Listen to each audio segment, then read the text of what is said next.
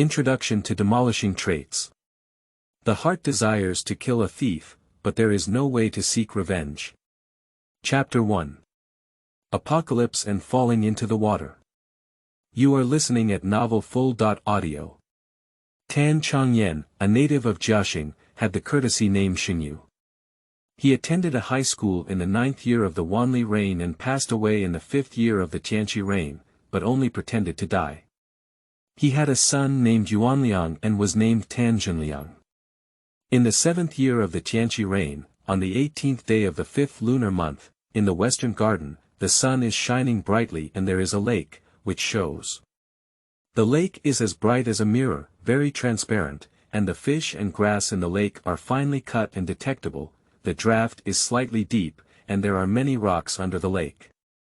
The strange rocks are rugged and natural, the sunlight falls generously on the water waves, the wind rises, and willow branches lightly touch the water surface, the fish leaped and the water shimmered. Looking at it, 10 miles away, Emperor Tianqi Zhu Yuxiao personally led his troops to walk slowly. The flag with the character Ming is in formation, and in the green bushes under the trees by the lake, there are sparse whispers. Brother Yuanliang, is this method really feasible? A man lay in the grass, his face solemn, and asked in a low voice. It's feasible to cover it, otherwise we won't be able to get rid of Zhu Yuxiao anymore. The handsome man leading the way answered while focusing on looking at the lake. Brother Yuanliang, speak with caution. Apart from the two of them, there were still a few soldiers guarding the side, just not as concerned as their class. Tan Zhenliang added, My lord, please tell me that Zhu Yu likes to have fun at school. When passing through here, the weather is hot and we will have fun in the water. He then slammed his mouth and said in a deep voice, Father has invited an expert to do divination. There may be heavy rain today, so don't think too much about it. The sun is hanging high. Are you afraid of death? The other man hesitated to speak, but before he could speak, Tan Zhenliang followed suit and said, Zishi, your father has treated you well. The people of this world are living, and you have. The crime of regicide, I am Li Zishi. He didn't say much after the words, but his eyes were resolute. Tan Zhenliang didn't need to ask much. A gentle breeze blew by, and as Zhu Yuxiao approached, Tan Zhenliang nodded. A man with a sword, dressed in Ming army attire, immediately rushed towards a large boat by the lake. Zishi, go ahead and hide in the bottom of the second small boat from now on. If there is no wind or waves, can you bear the name of regicide? Li Zishi did not answer and quickly ran towards the small boat, but at an extremely fast speed, taking advantage of the willow trees' cover to hide under the boat. Another quarter of an hour passed before Tianqi finally arrived at the lake. Tianqi had intended to take a big boat, but he picked out 2 small eunuchs with white faces and no need. I want to enjoy the beautiful scenery of the Ming dynasty, so you two will go boating with me, he said. The 2 eunuchs were busy kneeling and kowtowing, but the 2 high-pitched voices of Obey the Holy Order rang out. From the center of the lake, it appears even more beautiful, but as seen. Green smoke and red mist permeate for more than 20 miles, but in fact, the lake's light dyed the green, and the mountain mist's color is exquisite. It's all at noon, with flowers and willow blossoms, and the beauty of mountains and water. It's a delightful sight. Sigh. This scenery is so beautiful, it's just sad. In the sun and moon heavenly court, our troops are invincible, but we cannot guarantee such a heavy mountain and water recovery. I am vast and rich in China, but I even have a vast and powerful capital. Tianqi's eyes turned red as he spoke. People criticize me for using Wei Zhongxian, me. Is there anyone else using me? This was a kind of passionate and enthusiastic expression. There was a drizzle in the sky, but Zhu Yuxiao made a splash and knelt down. Your Majesty. Don't stop me. Zhu Yuxiao waved his hand to stop the hasty eunuch who came to float him. I saw my hands arched up and said, My ancestors, my child is unfilial. After speaking, I made a clang-clang sound and knocked my head. There were still some blood stains on the ship's hull, but Zhu Yu's forehead was also stained with blood. Li Zishi was mesmerized and widened his eyes. A moment of silence fell as the dark clouds rolled in my heart, but I could see. The wind is raging and the rain is pouring, and the underwater currents are surging, blood is thicker than water, the waves are surging and rolling. The rain is pouring heavily, and green grass is flourishing. The sound of rain is loud and clear, like the pain of a broken intestine, many past events, listed on the shores of Kyushu. Strong winds, electric currents, black clouds, and the sudden sound of forest rain. The rain grew heavier, and Li Zishi no longer cared about whether it would start or end on that day. With just one effort, he made the sound of the rain and the waves roar, falling into the water and disappearing without a trace. His life and death were also uncertain. The ship was finally nearing the shore, but as the rain grew heavier, several waves of water splashed. A massive lion made of water held onto the ship where the apocalypse was located, but saw that the wind on the lake was fluctuating and wooden boats were not allowed to dock. "Save the emperor quickly!" A general shouted, and the soldiers regained their senses and jumped into the water to rescue them. They waited for the rain to rest and the wind to stop, but 2/4 of an hour had passed before finally rescuing the dying Zhu Yuxiao from the lake and hurriedly seeking medical treatment. Meanwhile, a remote town in Shiyuan. Zishi should be. Before Tan Zhenliang could finish speaking, there was an old man with white hair reaching his waist, grey temples, difficult to straighten his back, and thick cocoons. It was Tan Chongyan who said, "It's okay, sooner or later we should get rid of it." Of soon, a masked man burst into the room, waiting for a reprimand. He presented a letter with both hands and said, "There is a letter from Jinming." Jinming was Li Zishi. As the screen turned, Li Zishi was seen on the roof, with his hands covering his mouth and his eyes slightly red. There were sadness and indignation in his eyes, but his killing intent never weakened. Hundreds of light riders soon left the city, and the West Garden suddenly became noisy, with dogs barking incessantly and the road muddy. The dripping water of the moon is audible, and the accumulated water on the tiles does not fall, the wind will scatter the fine leaves, and the branches will no longer have fine leaves. The sound of horse hooves lingers, reaching a fixed point in time and stopping at the ears of the hills. Although it was summer and the night was cool, with a gesture from the leading general, about 500 soldiers under his command hid without a trace. It was evident that they were wearing a white silk ribbon on their left arm, heavily armored, and ready to fight. It was evident that they were trained elite soldiers, even the Ming dynasty's forbidden army. On the hill, Li Zishi was wearing mourning clothes. Seeing this scene, his eyebrows furrowed and he couldn't help but turn pale.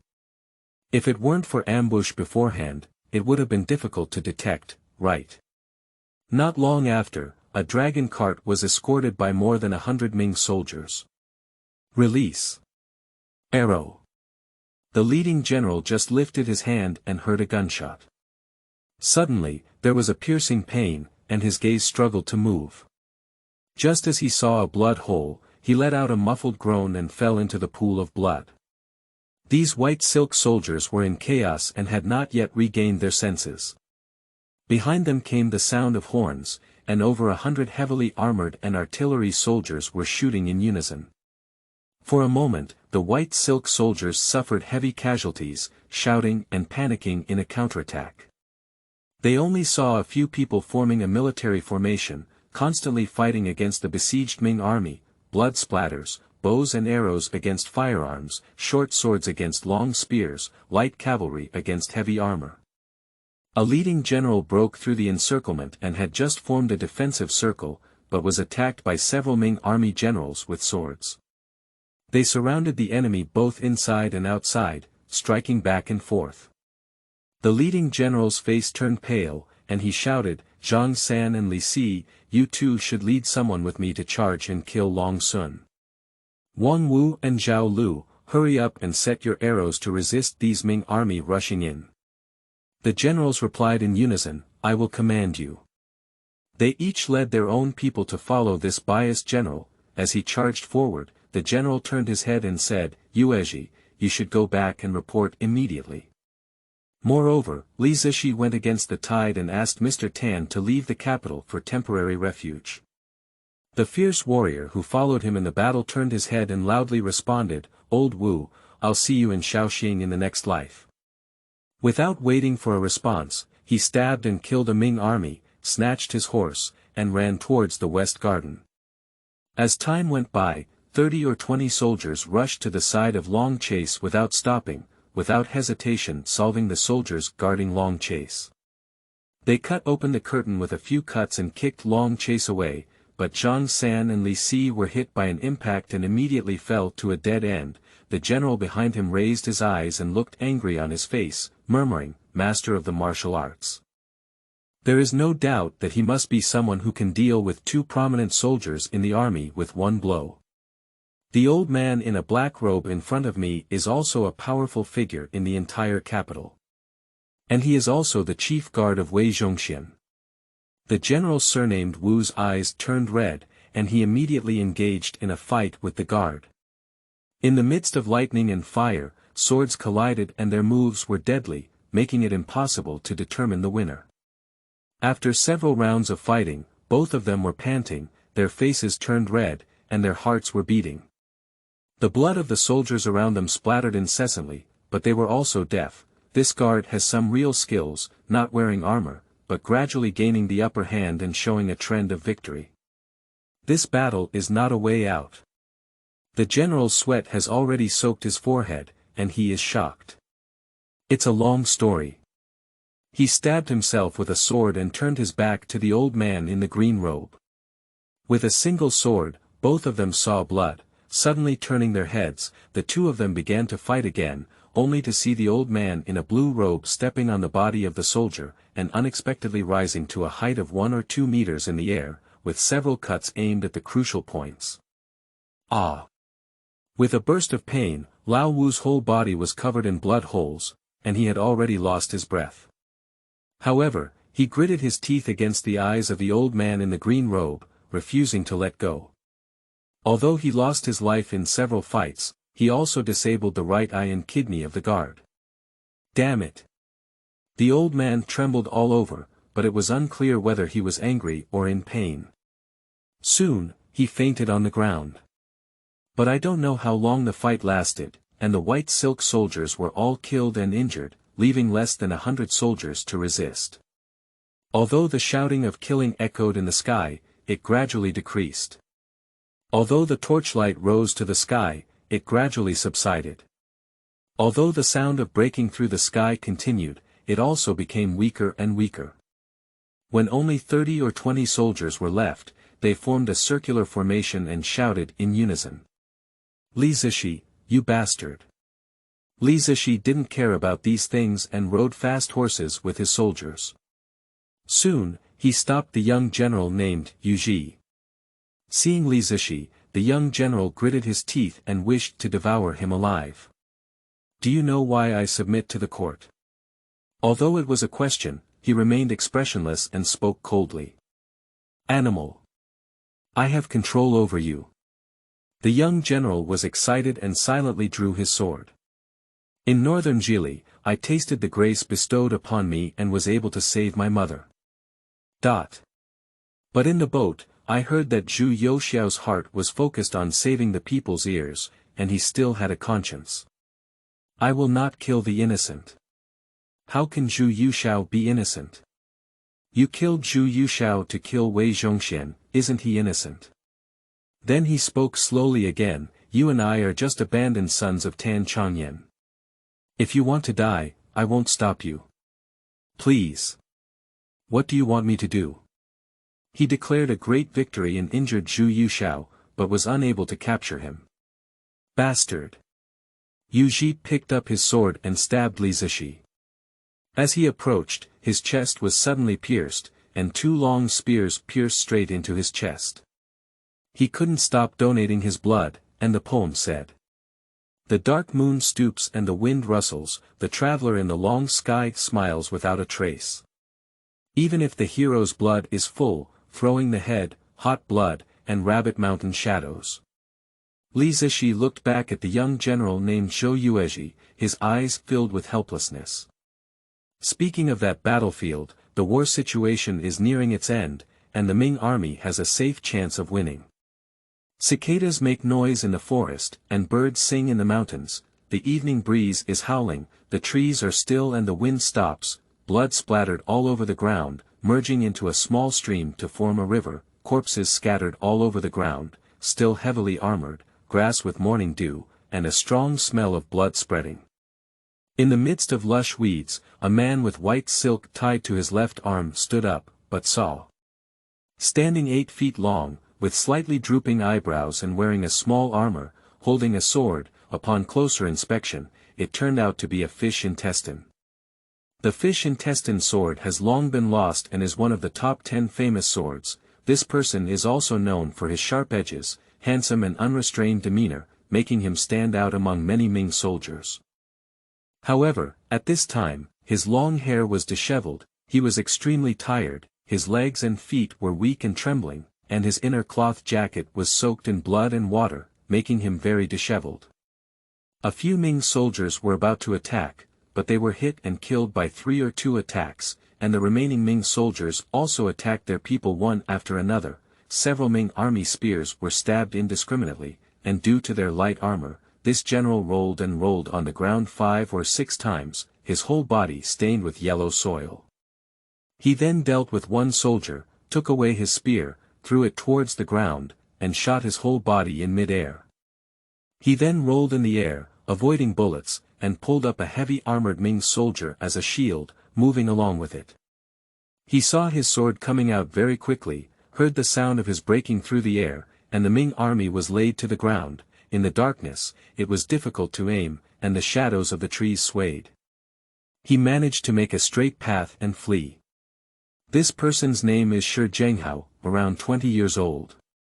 His ancestors were all generals in the Ming army. However, when he reached his father's generation, he was persecuted and criticized by others. He had no choice but to give up his official position and become a bandit. He was chased by the government in Yangzhou and fled to Shaoxing, where he became a worshipper. His boss was also a prominent figure, and he became a Taoist. Later, he was valued by Tan Chongyan, and he reluctantly rebelled. It was just a bumpy journey and I couldn't escape far, but I was caught back by Li Zishi. After several persuasions, Zier was determined to be a general. However, Yu reading www.yuyukeangshu.net did not take long to realize that he was personally given the courtesy name Zhongwu by Wei Zhongxian. After serving in the military, he was sent to serve in Wu Sangui's army. He had studied military education and martial arts, and became a general, but he only exchanged gratitude with Li Zishi, saying that he had a fat job and happened to be a fellow villager, so he had a lot of conversation.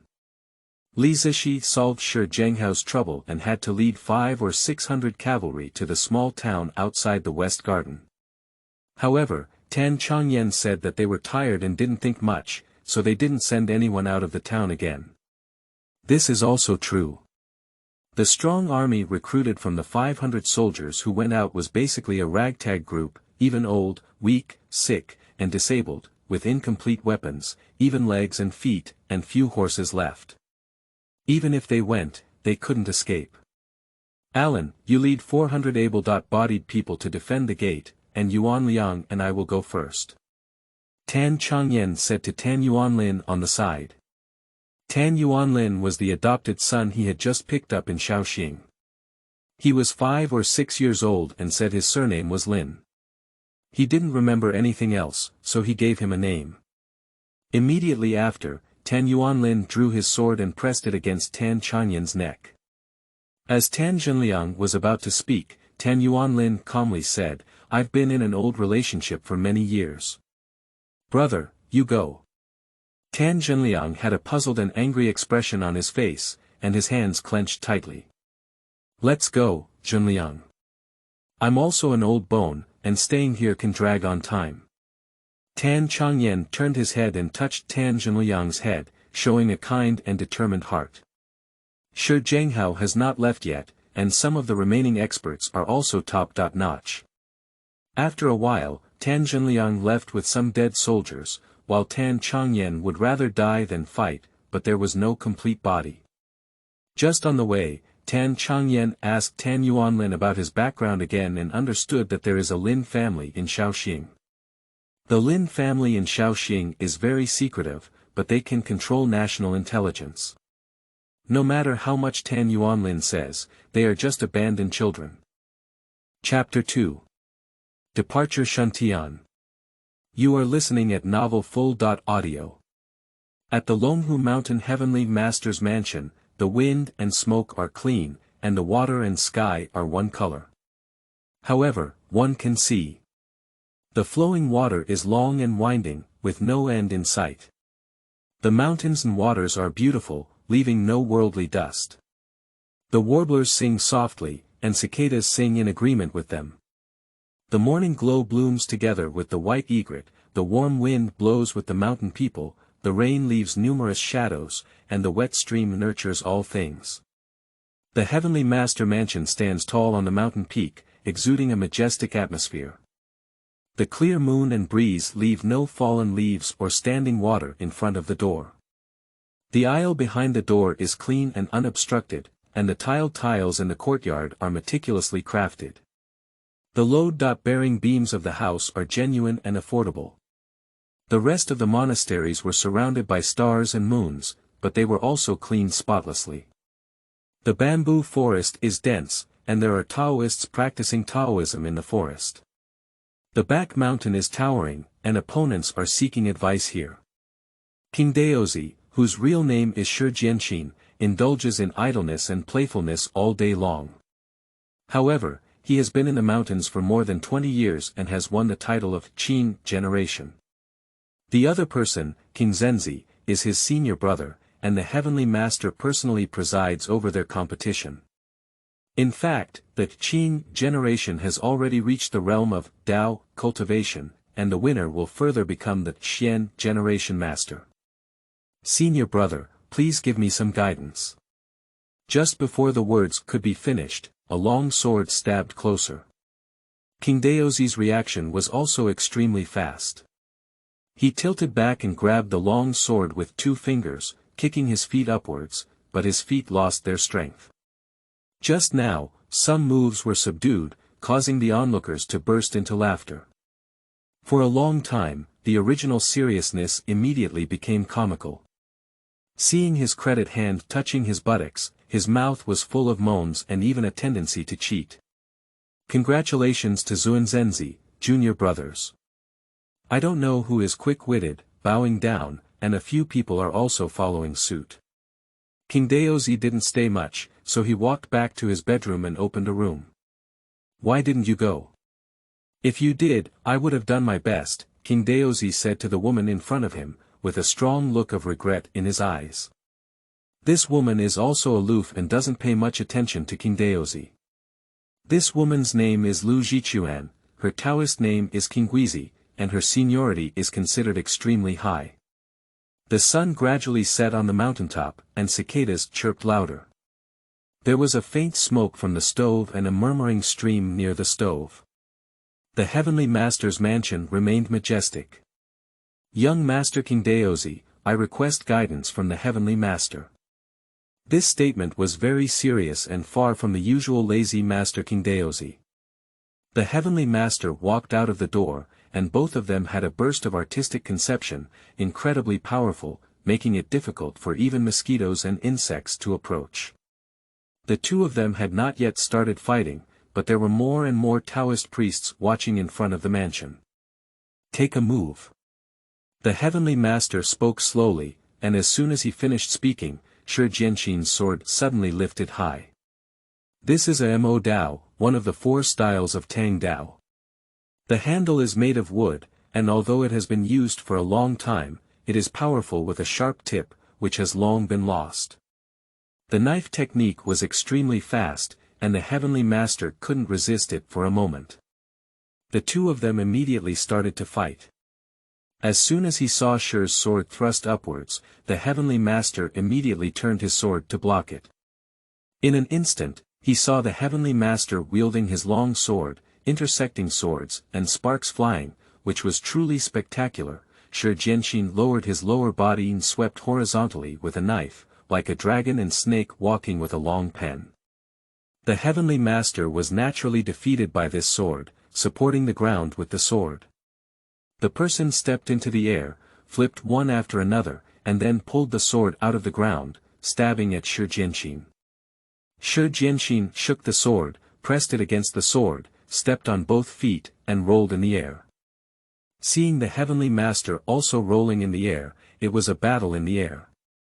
The two unfathomable forces blended and collided in an instant. Although it was a very short time, the strength of the sword, the sharpness of the sword technique, and the lightness of the sword technique made everyone outside the field feel overwhelmed. Amazing! The original Halal's son, who should now be called Zuanzenzi, deeply bowed and said, "I have seen Zuandaozi." Some people came to their senses and also bowed their hands one after another.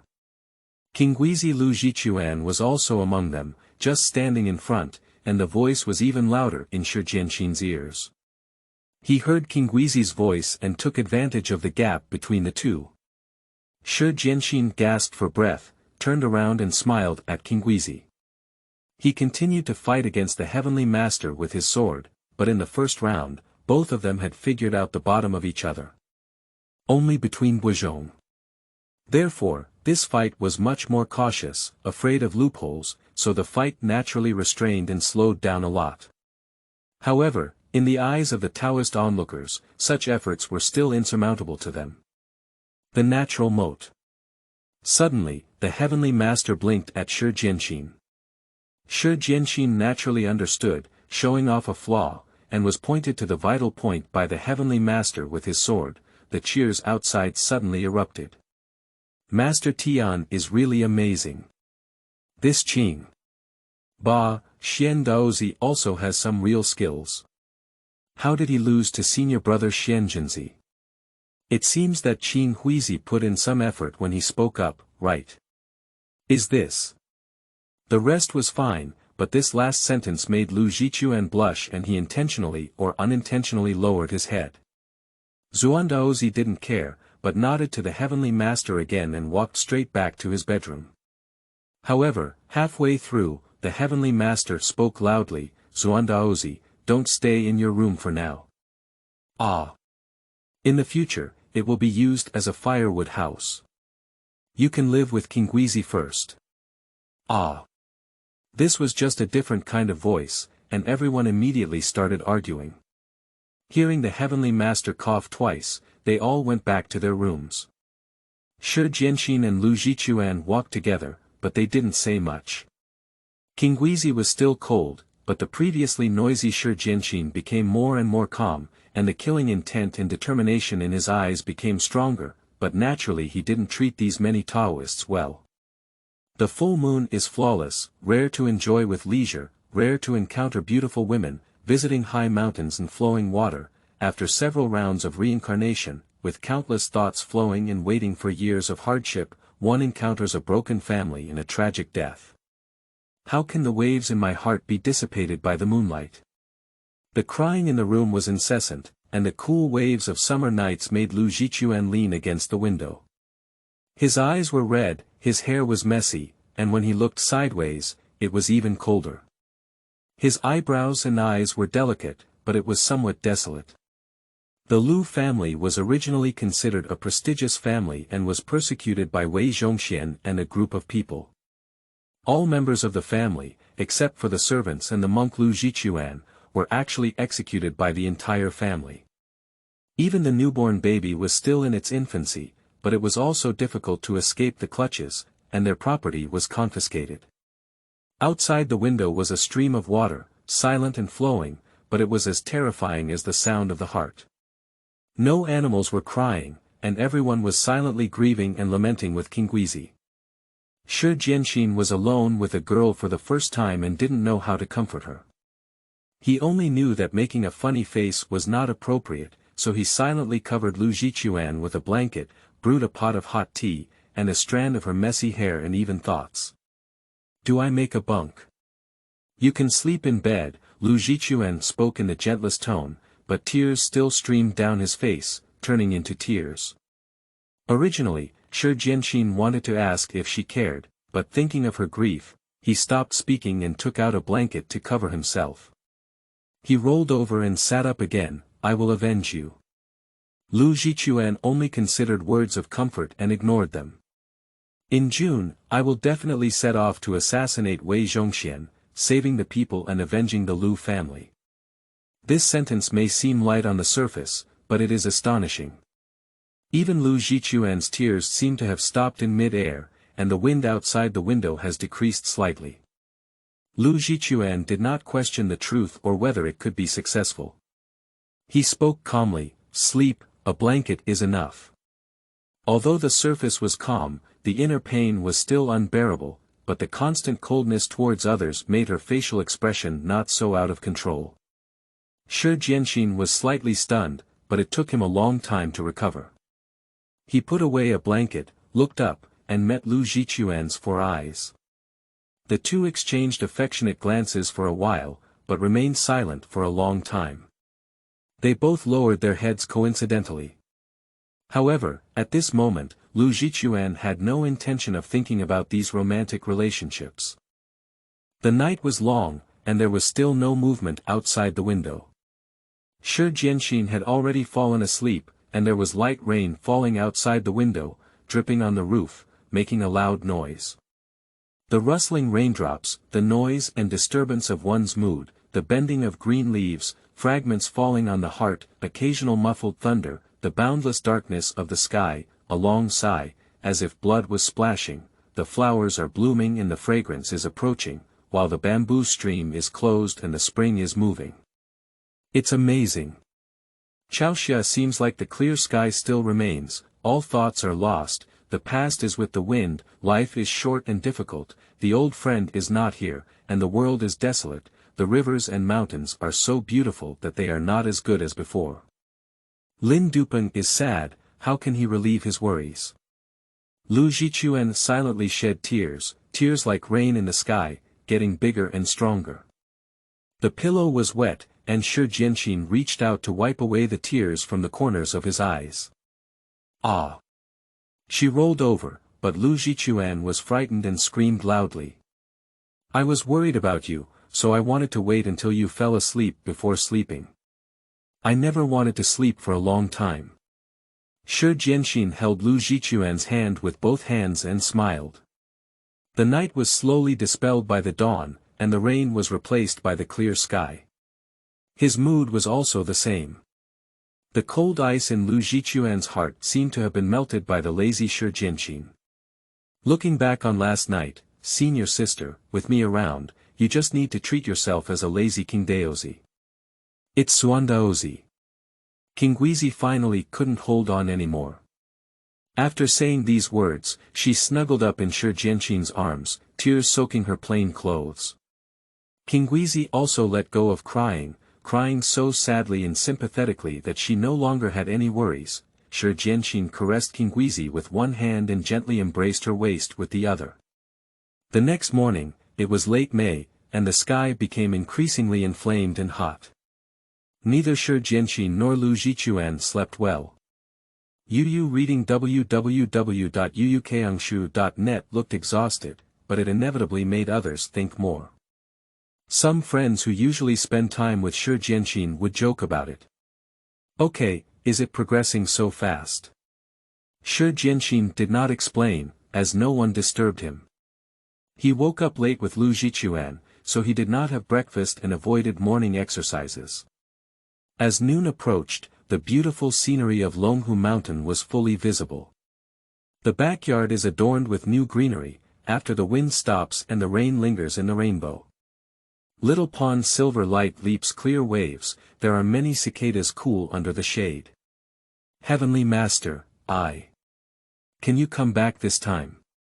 The Heavenly Master slowly opened his eyes and said, take out your strongest form and use your moves. Shi Jianxin listened, but did not immediately take action. He took out a piece of white gauze, blindfolded his eyes, and took out a pair of trumpets, still waiting for the Heavenly Master to take action. The two of them had a strong aura and shook the door open, drawing in front of everyone's shocked eyes. May was about to pass, and the Heavenly Master invited all the people with names and surnames from the mansion to Shuntian's dormitory. The Heavenly Master first spoke up, Xian. Do you have to go? You also understand that Quaner has been childhood sweethearts with you since childhood.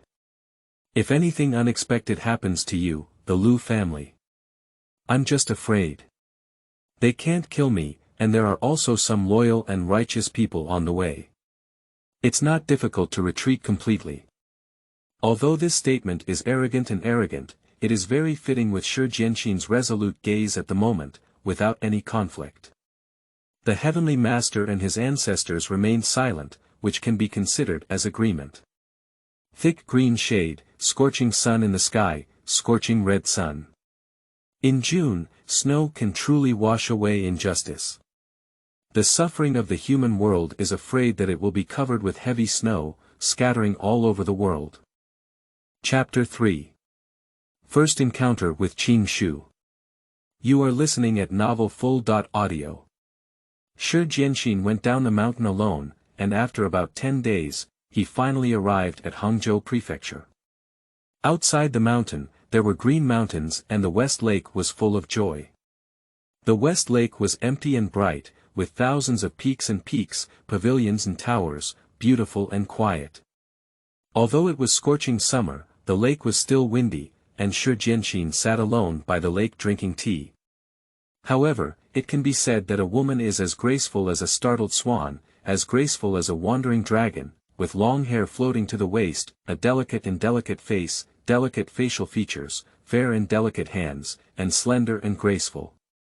She looks at her clothing, dressed in white clothes, and her hairpins are made of gold, which is probably a precious gem of a prestigious family. Although she is stunning, Shi Jianxin only caught a glimpse and did not take a closer look. Why is the young master depressed? No one expected him to initiate a conversation. How sad is it? Shi Jianxin sneered, his eyes still looking at the lake, and the shadow of the small pavilion covered half of his face. The woman sat straight into the pavilion and said, "Recognize by feeling." That's quite accurate.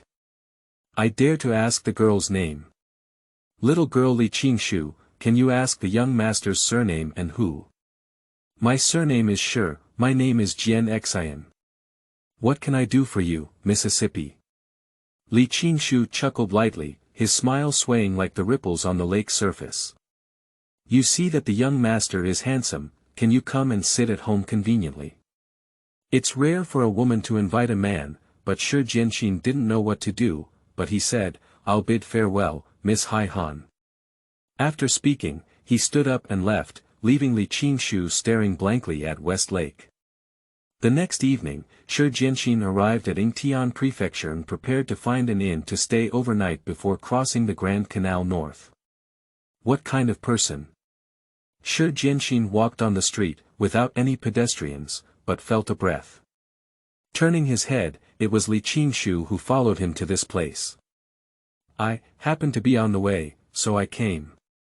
Li Qingshu lowered his eyebrows and eyes, his face flushed, and even his ears were red, afraid that she couldn't even do it herself. Shi Jianxin had been practicing martial arts since childhood, and his speed on the road was difficult for ordinary people to keep up with. Your daughter's family, it's not safe to be alone.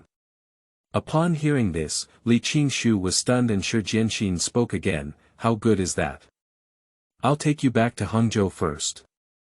Li Qingshu didn't respond, just looked for another topic and said, it's not early at night, why don't we stay and discuss it first? After a while, when he arrived at an inn, Li Qingshu blushed and said to the waiter, one room is enough. Shi Jianxin's expression was strange, and he added, I also want one room.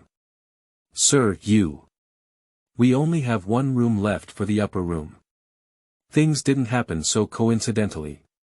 Li Qingshu turned his back to the shopkeeper and handed him a handful of copper coins. The shopkeeper also understood and added, only one room. So, I'll charge less. Can you make do with it? Don't worry, take the food. Shuzhi sighed silently and followed Li Qingshu upstairs.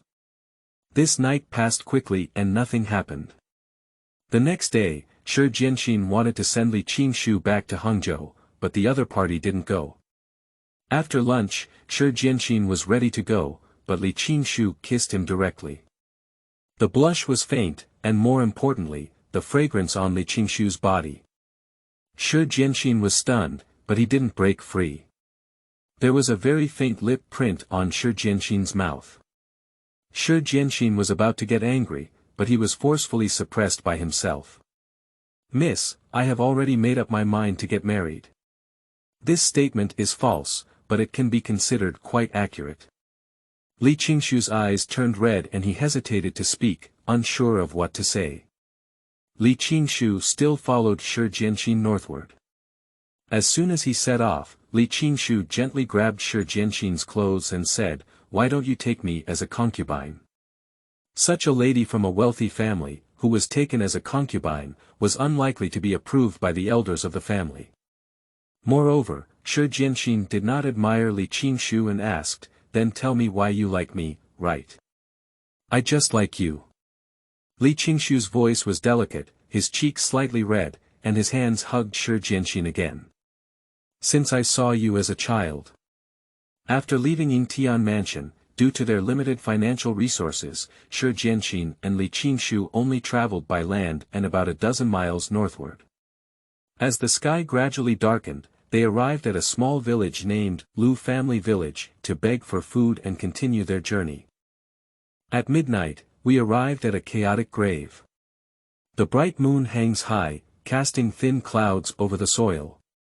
Crows shout, their voices powerful and piercing for hundreds of miles. The black wind blows, creating a gloomy and terrifying atmosphere. Li Qingshu tightly gripped Shuzhi's clothes, the beautiful mole under his right eye was extremely moving, and his long hair was flowing.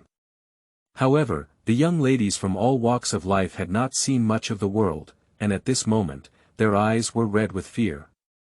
They were covered in a layer of silk, but they could clearly feel the sinister wind. "Have you seen me when you were a child?" Shuzhi didn't take a long look at such a beautiful woman, just casually asked, not even turning his head. "When I was a child, I went to Longhu Mountain and encountered bandits on my way back. If it weren't for you saving me. I even asked for your name at that time." After a moment of contemplation, Shuzhi finally remembered that he had indeed saved a woman. At that time, although Li Qingshu was young, he was also a beautiful embryo. On the way back, he was playful and reluctant, and took the wrong path. If it weren't for his help, the pearl of the Li family's palm would probably have suffered a lot of abuse. I said I wanted to make a promise with my own life, didn't you agree? I thought it was just a joke. At this moment, he seemed a bit naughty again. Ah! Li Qingshu suddenly screamed and saw a crow flying straight towards her, its sharp big mouth rushing towards her delicate eyebrows and eyes. However, when Shuzhi released his hand and grabbed the crow's neck, his strength was strong, and the crow screamed in pain. "Let go of it." An old man shouted to stop it. Shuzhi let go of his hand and the crow flew into the sky, soaring straight into the clouds. This old man's face has been weathered by wind and frost. His eyes are hollow and lifeless, his eyes droop down, his mouth has dead skin, his wrinkles seem to have been carved by time with a knife, his face has reached the point of emaciation, his earlobes are thin, and his ears have calluses. Looking at his whole body, he is as thin as a stick, as if he is about to be blown down in the dark wind at any time. His hands are slender, his nails also grow, his hands are covered in thick calluses, and there are faint scars. Immediately after, the old man smiled harmoniously and said, "Come inside." A few people followed into a very rudimentary wooden house, and the creaking sound of opening the wooden door echoed through the entire cemetery.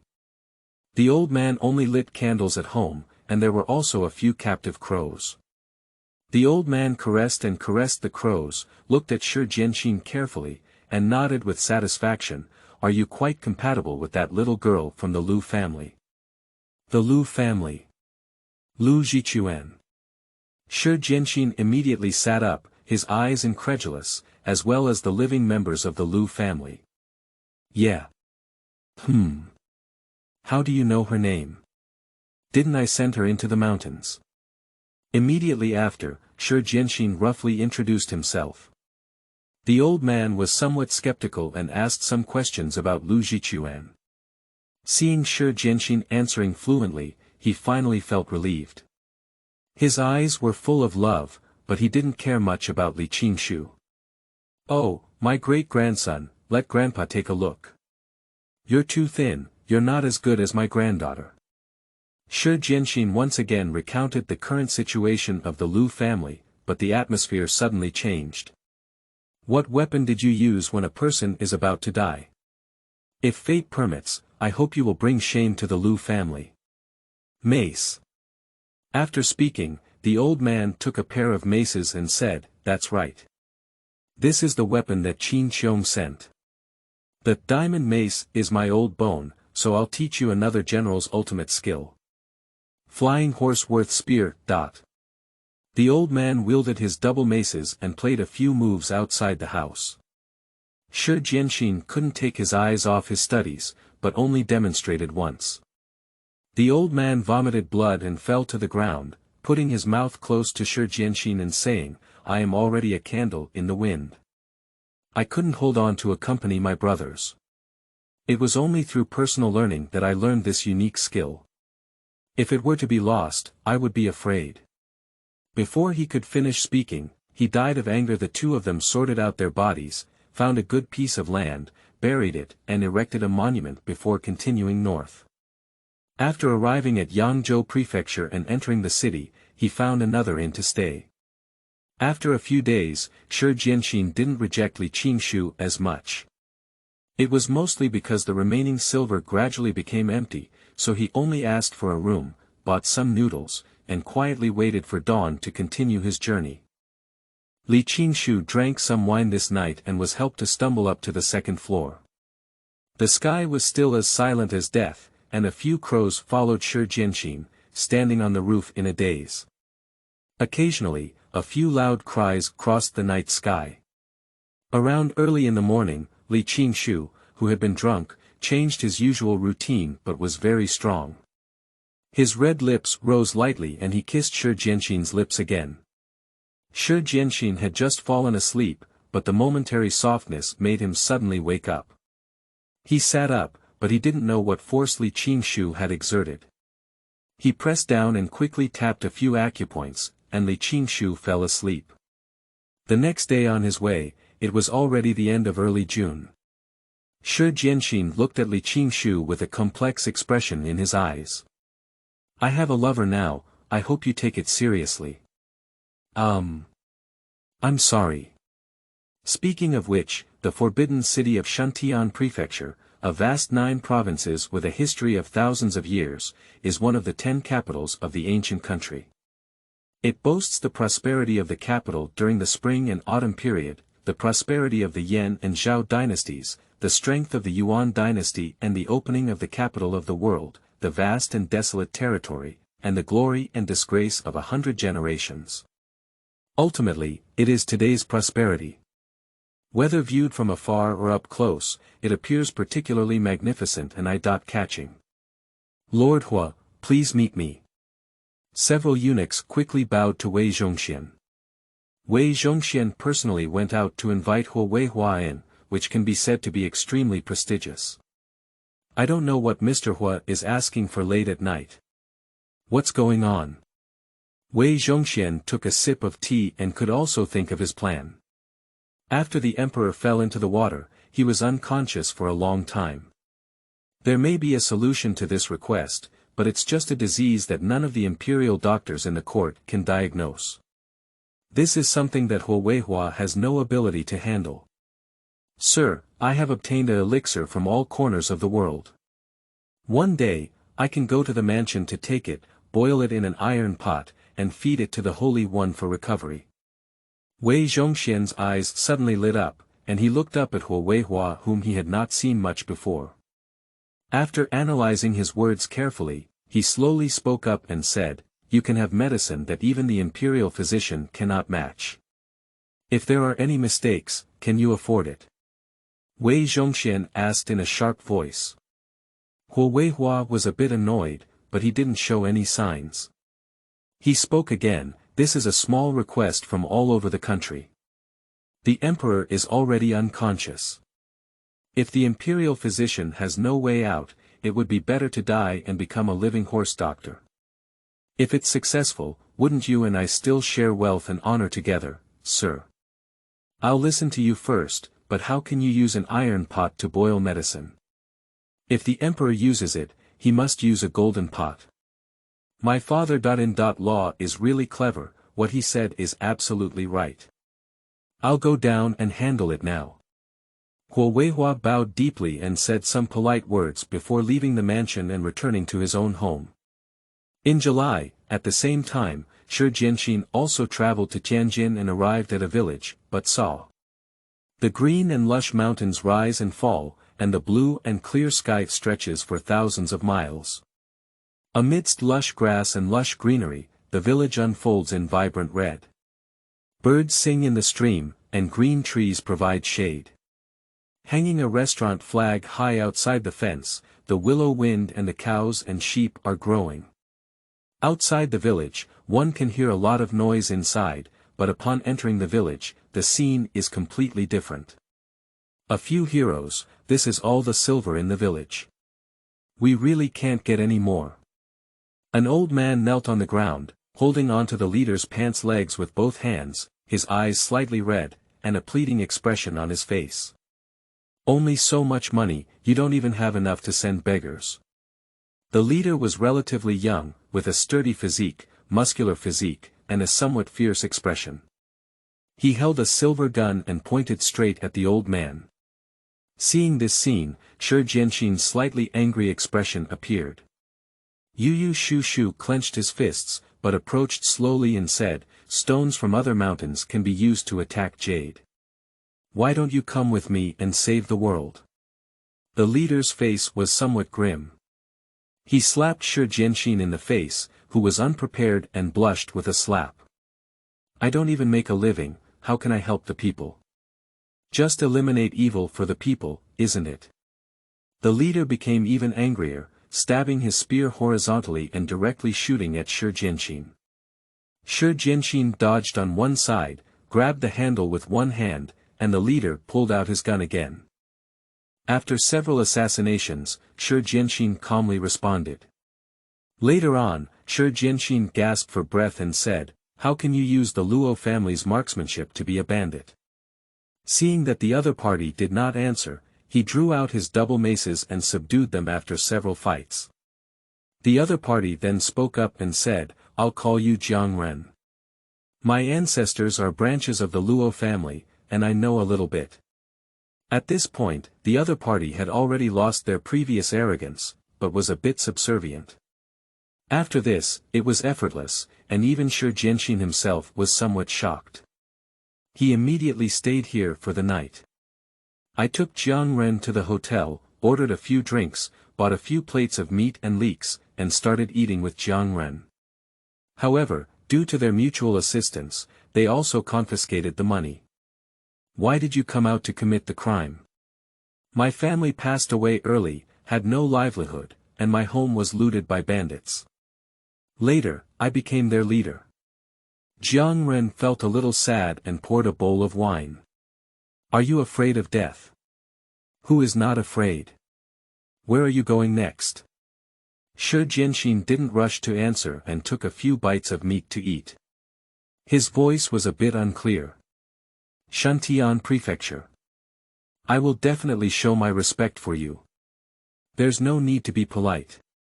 Rest early after eating and get up early to set off." Chapter 4. Assassination of Important Officials. You are listening at novelfull.audio. In mid-July, the weather was already the hottest season of the year, and the scorching sun tore open a layer of skin on the earth, as if cracking. Shi Jianxin and his group have almost reached Shuntian, and the military defense in the capital has been increasing in recent days. At night, patrolling soldiers can still be seen on every street. You won't go to Beijing, I have already carried too many lives. Then Shi Jianxin summoned Zhang Ren, who had been accompanying him all the way. You order some people to take care of Qing Shu and go to Tianjin first, and you follow me to go to Beijing to handle affairs. Jiang Ren arranged things according to his words, and then asked what he would do. After hearing Shi's answer, there was no surprise on his face, and Gai Yuanqi had already guessed. The next day, the two of them arrived in the capital, but saw drizzle and slanting wind. No one accompanies on a moonlit night. The palace is magnificent, but the night rain cries. After finding a tea house to take a short break, the two of them stayed in the middle of the night and flipped out of the room.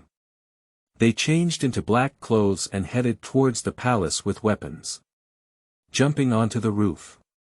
Both of them exerted very little force and made no sound. On the way, I encountered many Ming Dynasty imperial guards, with many clear and secret posts everywhere. Fortunately, Wei Zhongxian's mansion was not deep, and the soldiers along the way were also lax.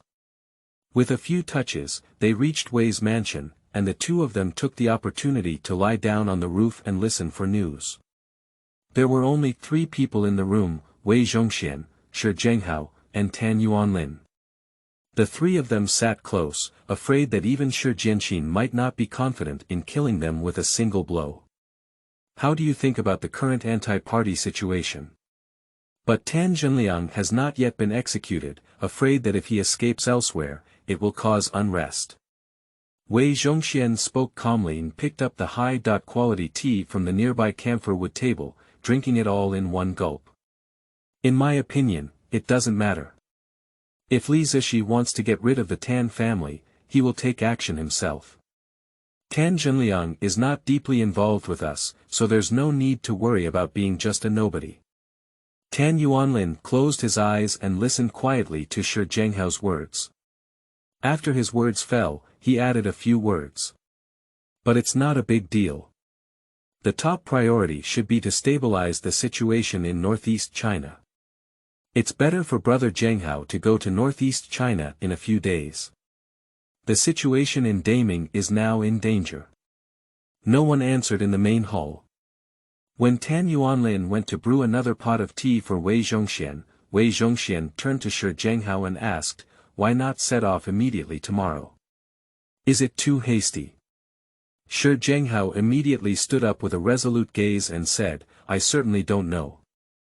In such a time of national crisis, how can we talk about the speed of petty people? Okay. Wei Zhongxian also stood up with him and patted Shi Zhenghao's shoulder. Suddenly, many roof tiles were lifted, and Shi Jianxin and Jiang Ren jumped down. Their surging internal energy immediately erupted, even causing Wei Zhongxian to be extremely afraid, as if falling into an abyss. Shi Zhenghao also reacted quickly, immediately turning to pull out his sword and wrestling with Shi Jianxin. Naturally, he was defeated and flew out. Tan Yuanlin protected Wei Zhongxian and wanted to leave the mansion. At the door, more than 10 guards heard the sound and came to escort him. Shi Jianxin leaped and burst into action, with swords surging and the power of each mace seemingly infinite. It turned out to be a flying horse worth a gun. About 10 guards were killed on the spot. Seeing it, he propped up the ground with another mace and jumped out, while the other mace flew straight towards Wei Zhongxian. However, Tan Yuanlin pulled Wei Zhongxian down, and this mace directly smashed the door panel, causing several people present to tremble with fear. Jiang Ren also cooperated with Shi Jianxin and immediately threw out the Luo family's spear to stab Shi Zhenghao. Shi Zhenghao had excellent military strength, but he was not injured. The two were evenly matched, and neither could escape. Finally, Wei Zhongxian crawled out of the door one after another, but there were not many soldiers outside. The original chief one-eyed worshipper rushed over, cooperating with Tan Yuanlin's attempt to resist the sword light and shadow of Shi Jianxin, but was directly rushed away. Suddenly, his internal illness recurred and he fainted. Tan Yuanlin and a few remaining minions resisted twice, but were completely powerless. Shi Jianxin lifted his foot and kicked horizontally, and all of them were injured. However, Wei Zhongxian's guards had already arrived. Although there were not many, it was extremely difficult to kill Wei Zhongxian. Shi Jianxin jumped into the crowd, but almost died. The leader of the team was very powerful. Yu reading www.yuukangshu.net, and even Wei Zhongxian's eyes seemed to have some vitality. Shi Jianxin used his lightness skills to jump onto the house, but the leader followed closely. In the blink of an eye, the two started to fight. Shi Jianxin's stamina was weak, and he almost got kicked off the roof. He had to roll a few times, and as the roof tiles stepped onto the tree, he jumped further away. There were more and more pursuers behind him, but Shi Jianxin ignored Jiang Ren and continued to flee. Fortunately, there was light rain in the sky again, and drops of blood mixed in the courtyard. As the night deepened, Shi Jianxin managed to escape. At night, the rapid rain gradually poured down, the ticking sound shook the heart. Sky flashing, golden snake, thunderbolt shaking, the ground turns over with blue waves and deep millet beans. The sense of danger and disaster in front of me, under the window, there are worries and fears. Observing the rushing streets and reinforcing them, the decline of the country makes it difficult to protect the people. In the palace, Jiang Ren's physical strength was getting weaker and weaker, and his whole body was covered in blood, as if on the verge of collapse. Shi Zhenghao had already taken a break, and the palace was also heavily surrounded. Jiang Ren had no chance of retreating completely. Wei Zhongxian was frightened and had not yet recovered from the recent incident. He still had lingering palpitations and led hundreds of soldiers to heavily defend him. Finally, under wave after wave of attacks, Jiang Ren fainted due to physical exhaustion and collapsed heavily to the ground. My father.in.law has an order to quickly apprehend the key criminals. Dozens of soldiers rushed forward, tying Jiang Ren up in great numbers. Accompanied by occasional thunderstorms and heavy rain, they imprisoned Jiang Ren to death. The stone walls are thick and heavy, the rain enters the small prison, and it is extremely old, with no dried fruit, and blood is everywhere. When thirsty, drink the rain by the window.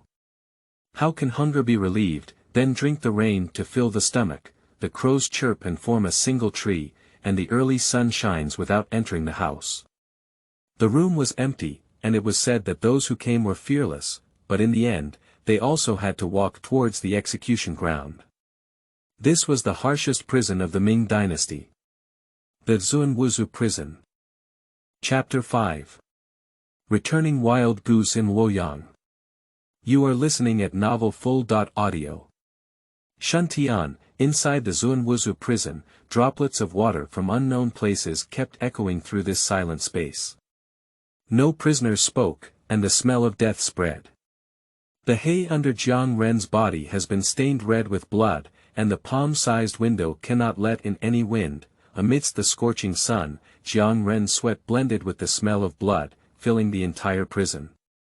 As the hour approached, Jiang Ren woke up, wiped away the sweat from his face, tore off a few pieces of cloth from his clothes, and wrapped them around his injured left hand and left foot.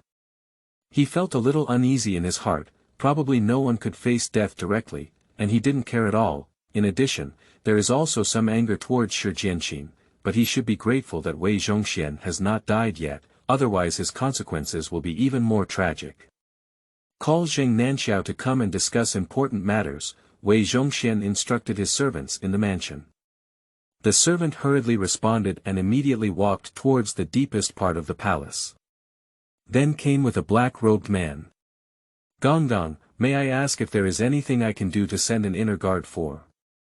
Without further ado, he opened the door and asked Wei Zhongxian directly. Wei Zhongxian didn't expect the other party to be so direct. He was stunned before answering. Can returning Wild Goose be mobilized first? There is still the rebel party that has not been arrested and brought to justice. This person has exceptional martial arts skills, so I can't rest assured that he won't go.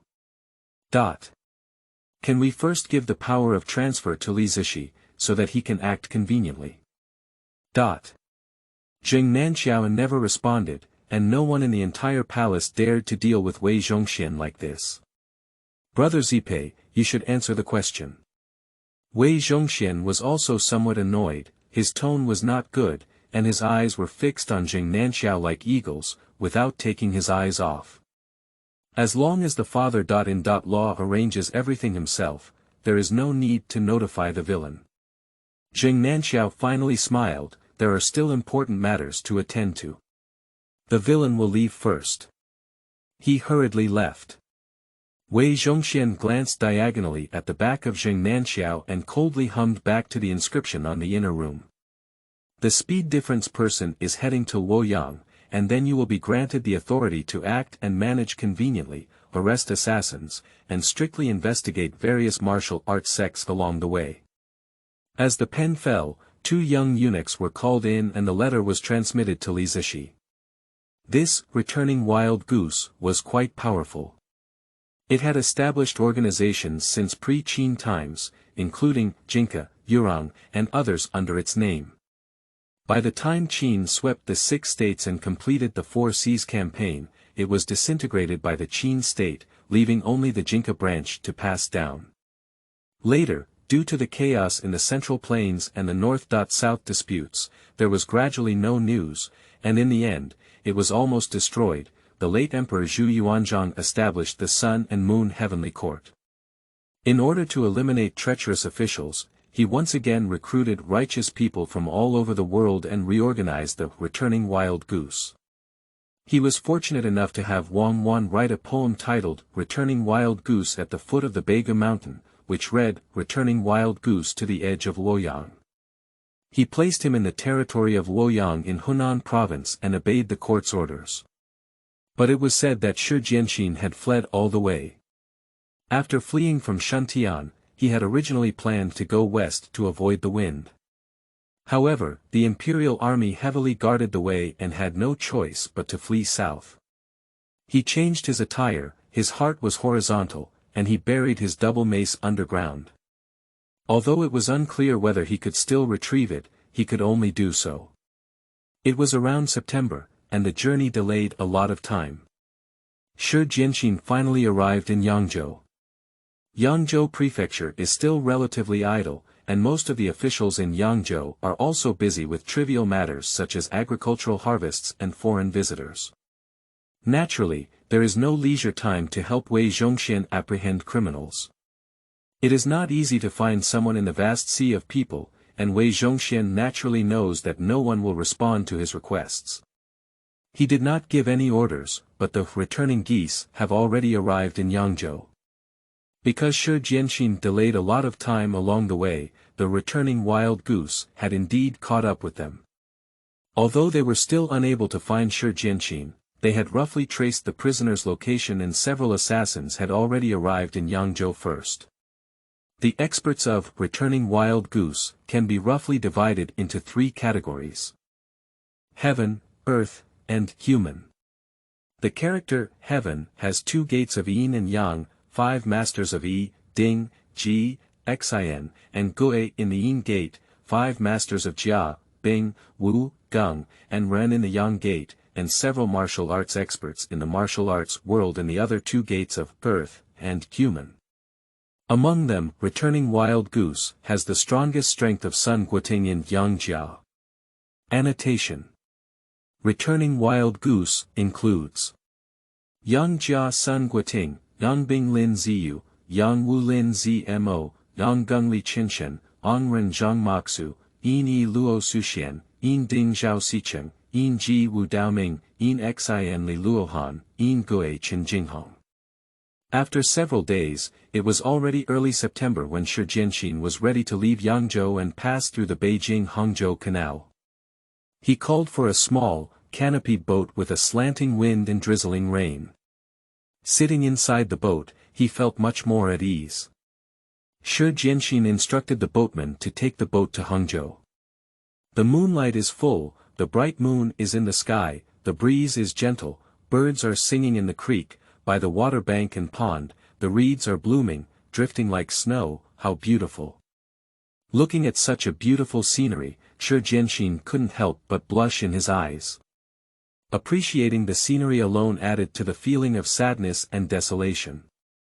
In the middle of the night, as we were about to head to Hangzhou, a few grey-robed swordsmen suddenly emerged from the water. The leader had a handsome face and long hair, exuding a sense of immortality and chivalry.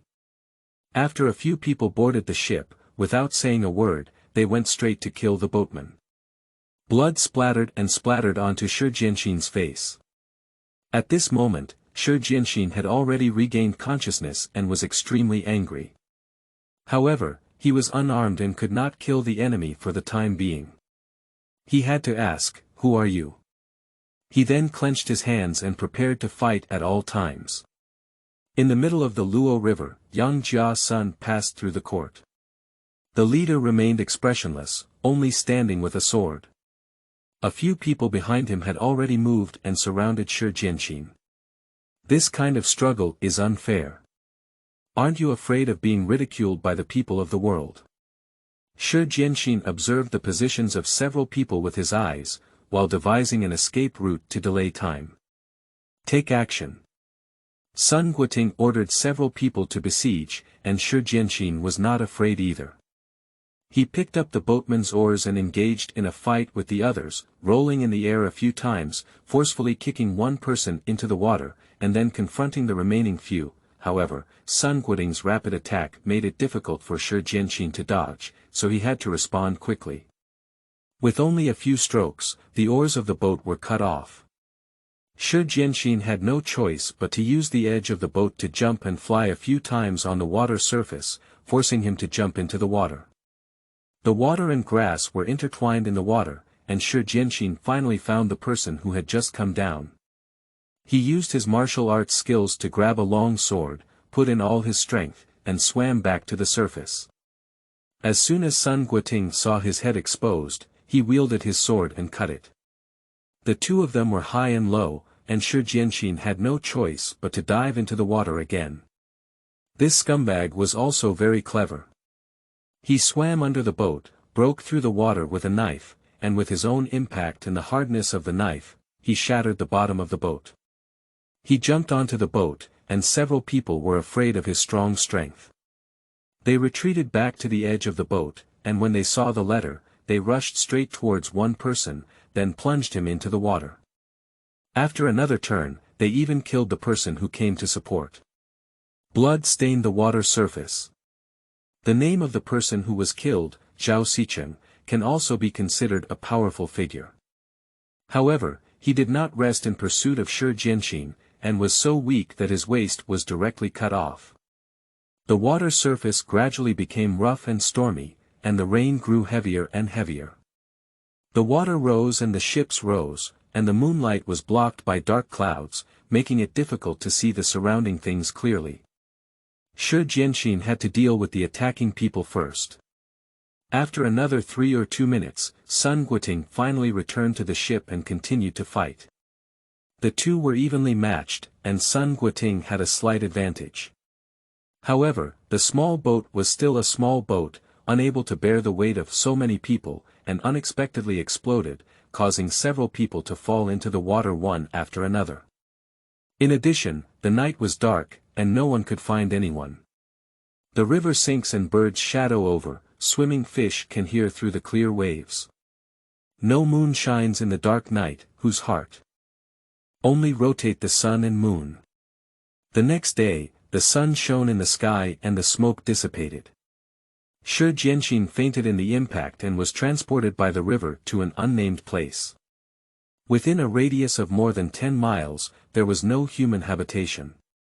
Shuzhi was starving and thirsty, so he dragged his wounded body for several miles before finally arriving at a village. Upon seeing the plaque, it read, Yawan Village, with clear mountains and clear waters nearby.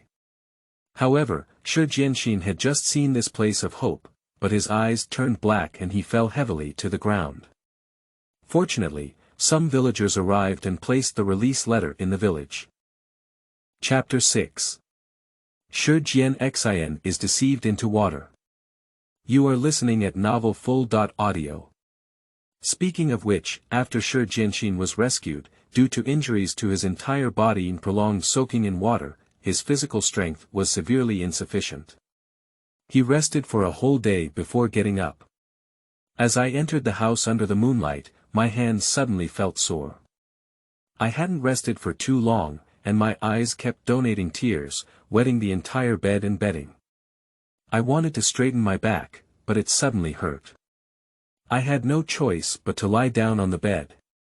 I have been sleeping for a whole day, and when I have enough rest, it will be the next morning. Suddenly, my eyes lit up and I stretched my hands and feet, then saw an old man and a woman standing by the bed. Grandpa! Look, he's awake. The girl hurriedly rushed up to Shi Jianxin and picked up a bowl of water to feed him. The old man smiled kindly and said, "What's so urgent? Why don't you stay here for a while, sir? It's not too late to travel until your injury recovers." Thank you very much to the two benefactors. I have no way to repay them." After drinking the water, Shi Jianxin sincerely thanked the two of them. The young girl pulled up the letter and said, "Hurry up and go downstairs for lunch. I made it for you myself." Hiss. Pain. Sorry, don't worry.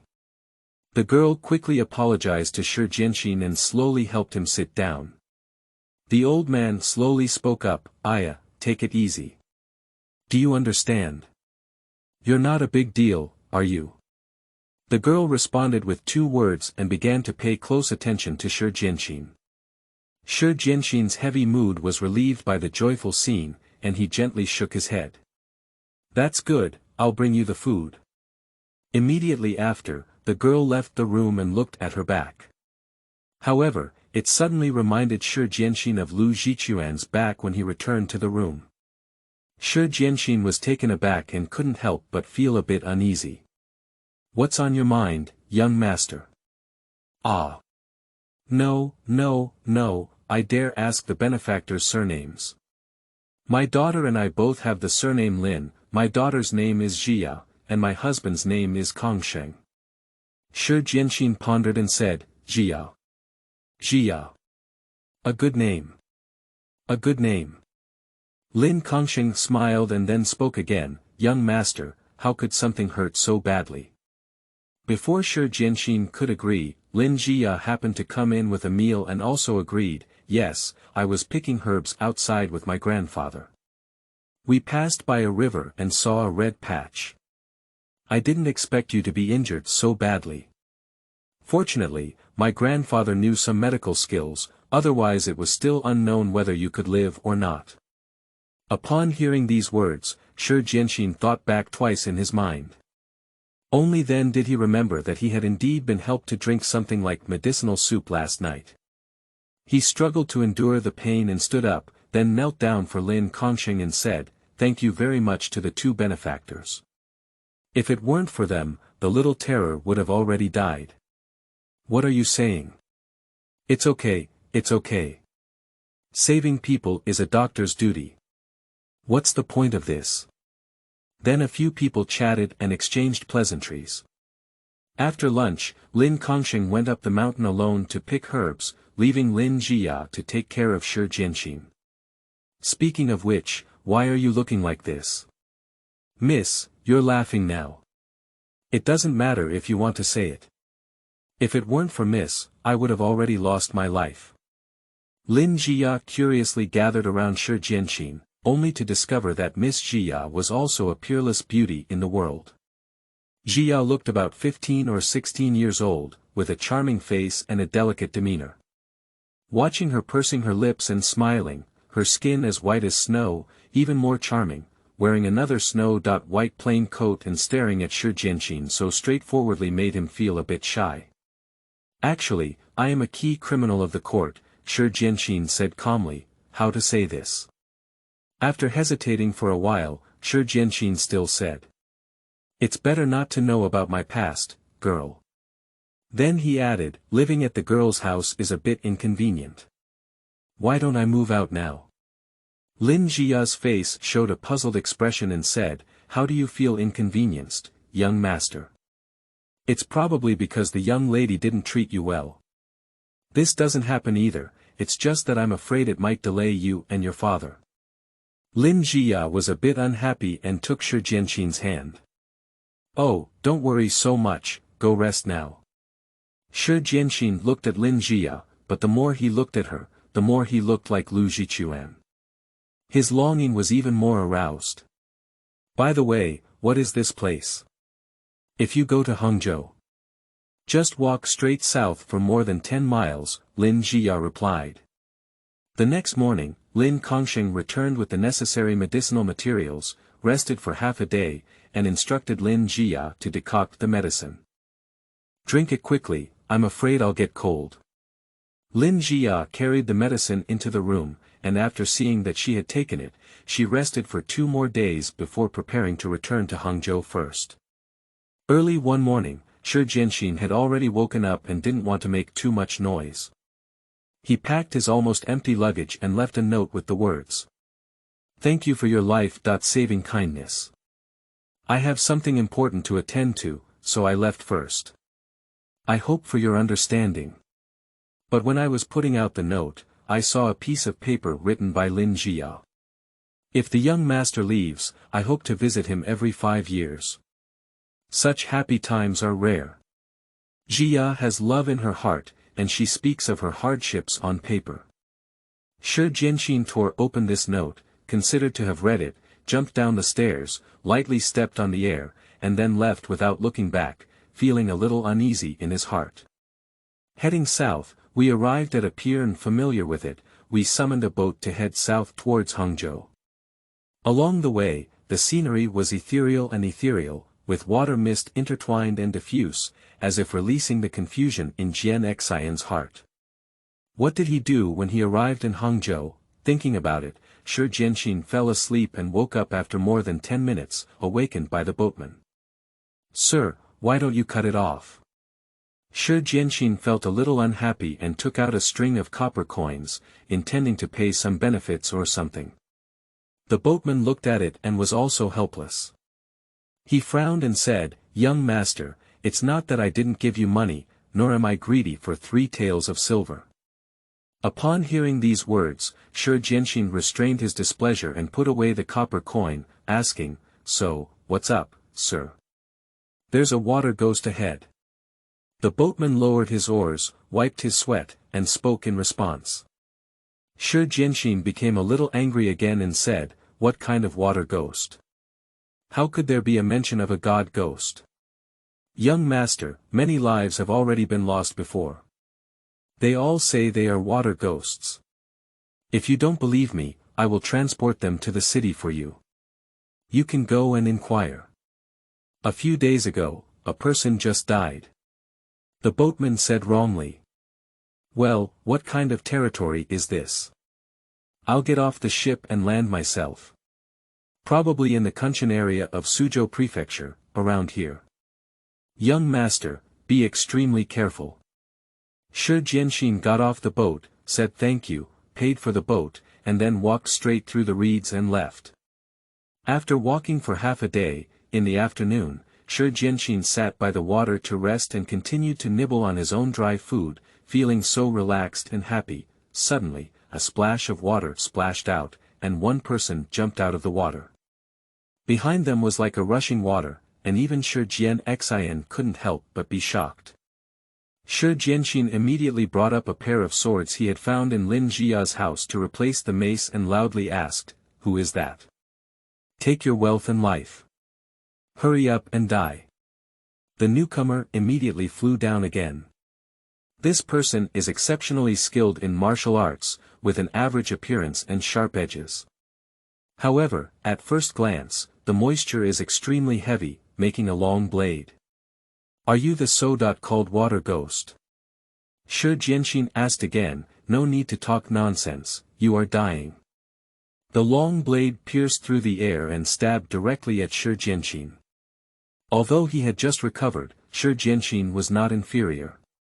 Yu reading book www.yuukangshu.net. The long blade was sandwiched between the 2 blades, curled up in the air, and the 2 feet merged and kicked out, directly kicking the water ghost in the abdomen. He then rolled in the air and kicked it up again, directly kicking it into the water, but the water ghost seemed to be unscathed and flew up again. The two fought back and forth, but Shuzhi couldn't help but focus, turn around, seize the loophole, kick it up with one foot, and then kick it to the knee. The water ghost almost knelt down, and Shuzhi kicked his foot out again, hitting the water ghost's face with his knee. The water ghost immediately bled on its face and was kicked into the water with another foot. Upon seeing Shuzhi, he immediately seized the opportunity to hit the drowning dog, then turned around and flew into the water, striking it hard with both blades. But the water ghost not only didn't dodge, but also snorted coldly, stood up in the air, kicked Shuzhi back, and kicked him into the water. The two of them were once again entangled in the water, but the water ghost had an abnormal water nature. After swimming in the water for a long time, they could still calmly and systematically attack, making it impossible to compete in the water, but on the surface of the water ghost quickly swam and shifted its position, making it difficult to capture Shuzhi and unable to understand the essentials of the water's moves. He was deceived by the water ghost and kept spinning around. At this moment, Shuzhi was also quick-witted. He came up with a move and stepped onto the water surface, intending to lure the water ghost to use a lightness skill to get out of the water. The water ghost was also clever and had the same move. He kicked back from the water and was blocked by one blade of Shuzhi's sword. However, the water ghost struck again. Due to staying in the water for a long time, Shuzhi was not accustomed to water and did not know how to fight. He lost all his strength and could not use any moves, so he had to use the other blade to barely block it, but was directly knocked away, missing a weapon. Only one blade was left, but it was held by the water ghost's wrist, so he had to shoot a knife to attack.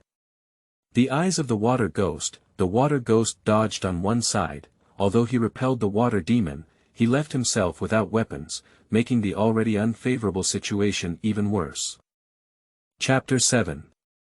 The Battle of the Water Ghost on the Great Ferry, Zhang Shuzhi's Rebellion and Escape from the Mansion. You are listening at Novel Full.audio. In just a few more sticks of incense, Shuzhi sank deeper and deeper in this bitter battle, and his hands became increasingly sore, barely floating on the surface of the water. I saw the water ghost leap up high again, wielding a long sword straight down, and the waves of air rising behind him, like an endless dragon. Shuzhi couldn't resist and wanted to hide, but he couldn't pull himself away. Just at the critical moment, a constable rushed over and saw that the situation was urgent. He rushed forward with a flying posture, wielding a knife and cutting straight, forcing the water ghost to defend himself and block the knife. This brief confrontation immediately made the water ghost feel a chill in his heart. The opponent had great strength and speed, and this strike almost killed him. Looking up at the constable in front of him, he was neatly dressed in the constable's yamen uniform. Although his hair was tied up, he still appeared long, covering the side of his face. His nose was upright, handsome and beautiful, and his eyes were clear, like a newly hired employee. Are you a water ghost? You look very different from the description. Come back with me quickly. Although the yamen guard said so, he dared not rely on water. The water ghost didn't listen to him much, turned around, jumped into the water, swam away, and didn't look back, even giving way to the fish in the water. The yamen attendant saw that the water ghost had left without any signs of returning, so he rescued the dying Shuzhi and carried him back to the Suzhou Prefecture yamen. In Suzhou Prefecture, several constables have been dispatched one after another, and it is because of this water ghost that the people of Suzhou are struggling to make a living. The constable placed the release letter on the bed and entrusted his wife to take care of it, then went ahead to arrange official affairs. After staying for about half a night, he finally returned home. Seeing that Shuzhi had already woken up, he asked, "Where are you from and how did you encounter danger due to entering the water?" Shuzhi didn't dare to reveal everything and concealed it slightly. He said, "Grass people are from the capital, surnamed Shi and named Qingxin.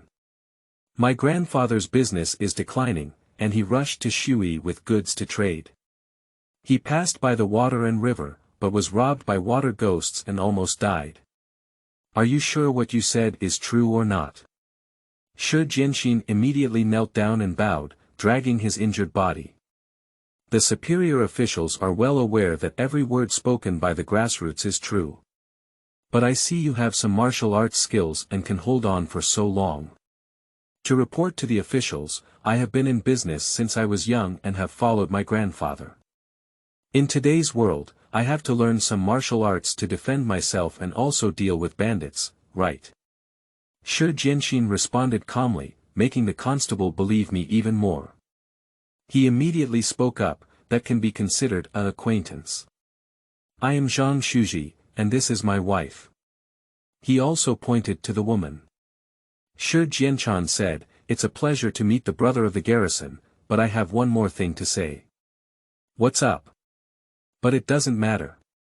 Zhang Shuzhi brewed a pot of tea, gave Shuzhi a cup, and even joked, I heard that there is a famous criminal named Shuzhi in the capital. Your name is too similar. Upon hearing this, Shuzhi could only quickly laugh and respond, I have a method that can help you kill the water ghost. Oh. Brother Shi is so clever, how can we plan? Zhang Shuzhi patted Shuzhi's shoulder and looked at the young man in front of him with some curiosity. If I could meet him again, I would definitely be able to kill him. Zhang Shuzhi pursed his lips and said, I was unable to allow you to participate in official affairs. What if I happen to pass by? Zhang Shuzhi also understood this question. As the night grew deeper, even the watchman had gone to rest. A group of people came knocking at the door. After Zhang Shuzhi opened the door, he saw a group of officials in flying fish uniforms standing in front of him. He was immediately shocked and knelt down, saying, Ladies and gentlemen, come to visit our humble abode. What do you dare to ask? The group of genie guards did not let Zhang Shuzhi stand up. The leader was Sun Guoting, who was among the returning geese. However, they did not find Shuzhi hiding in the house. If you see a water ghost at the southern crossing, you should immediately bring your martial arts experts to kill it. We happen to pass by, and there is only the matter of arresting the key criminal. We cannot participate in the operation at the moment. With a few steps, they disappeared into the darkness with their subordinates. Zhang Shuzhi had no choice but to ask Shuzhi to change into a constable uniform and gather some troops with him before heading south. About 20 people around, originally thought that the water ghost was just one person, and being alone was not a threat, so they quickly rode in the dark. Just when they arrived, they found a group of masked men in black robbing the imperial ferry. The number of people far exceeded that of the arriving constables, approaching 100, and the tactical arrangements were also very appropriate. Some people robbed the ship, while others let out the wind along the coast. As soon as the constables arrived, they were tired of fighting, and 30 to 40 little water ghosts rushed forward. These people have excellent martial arts skills and their weapons far exceed those of the court's long-standing lack of protection. The constables did not have any advantage, and even the leading constables were directly killed. The constables blushed and rushed forward to avenge the leading constables. Zhang Shu made a leap and jumped into the crowd, helping the brothers behind him open the way. But at this moment, a team of more than 50 robbers rushed out. Zhang Shuzhi was suddenly startled and his heart was half cold. It's a fierce ghost. Shuzhi was momentarily stunned and said, What is a fierce ghost? Zhang Shuzhi took advantage of the opportunity to kill the nearby robbers and said, This so-called Li Gui is a legacy from the previous dynasty. He once assisted Han King Qin Luoyang and surrendered to the court during the reign of Renxian. However, a few days ago, he rebelled again and colluded with the water ghost, so the robbers in the water became known as the water ghost. Unexpectedly, there were more than one water ghost. As the words fell, the fierce ghost rushed to a close range. Even though the constables were experts, they could not withstand such a sudden attack and were beaten back step by step. Shi Jianxin jumped out of the crowd and came to the front of the Li Gui, shouting loudly, "Where is your leader? What skills are you planning on?" Naturally, no one responded. Shi Jianxin was helpless and couldn't find the leader, so he had to take the initiative and retreat with his people. With so many people, even Shi Jianxin was unable to turn the tide and said, "Garrison it, retreat quickly and let the royal guards handle it." In the room, Shi Jianxin didn't see Sun Guoting, so he still placed hope on the royal guards. "Okay. You take people with you first, Zhang San, Li Si, Wang Wu, Zhao Lu, stay behind and follow me." As soon as the words were finished, Zhang San was beheaded. Helplessly, Zhang Shuzhi called out a few more people. I don't know where the rocket was set up, but one part of the forest was ignited, adding to the urgent atmosphere. On the way to escape, Shi Jianxin's team had to reduce a lot of personnel. In the middle of the journey, Shi Jianxin had to use his sword instead of his trump card and release a move called Flying Horse Valuable Spear. The sword's shadow was slightly blurred and flew into the sky, with red sleeves and double robes, difficult to distinguish, falling red all over the sky and blood splattering in the air. Even time seemed to be at a standstill at this moment, and many minions quickly lost their souls under the sword. The poem says, "The dark moon stoops and chivalrous guest walks, the sword shadow is continuous and the spirit is broken. If you ask where the road ahead is, the white horse is not a horse rushing through the sky." After the fight, Shi Jianxin turned his head and said to the constables who had been brought out, "Go back to Suzhou Prefecture or Shui County Government first, and quickly bring in reinforcements. I will go first to rescue Zhang Shuzhi, hurry." Then Shi Jianxin waved his hand and heard the crowd below. As the horse had already been killed, he decided to use his lightness skills and accelerate towards Zhang Shuzhi. In just a few minutes, Shi Jianxin rushed to the battlefield where he was fighting, leaving only one person from Zhang Shu to intercept the robbers. It's enough to die for the people of the world today. Shuzhi has no regrets in this life. Then Zhang Shuzhi fainted, unconscious. A sharp long sword fell and was about to strike Zhang Shuzhi's face, but a gust of leaves flew by. Time was momentarily forbidden, and the robber tried his best to strike the knife, but could not move. He was blocked by the powerful momentum released by Shi Jianxin, and a leaf flew by, not only covering his eyes, but also sealing his throat, sending the robber back to the west. At this moment, Shi Jianxin seemed to tie a white silk ribbon around his eyes, covering them. Without the physical exertion of his eyes, his hearing became particularly sensitive. At this point, Shi Jianxin had become a god of killing, and anyone who dared to approach was directly killed.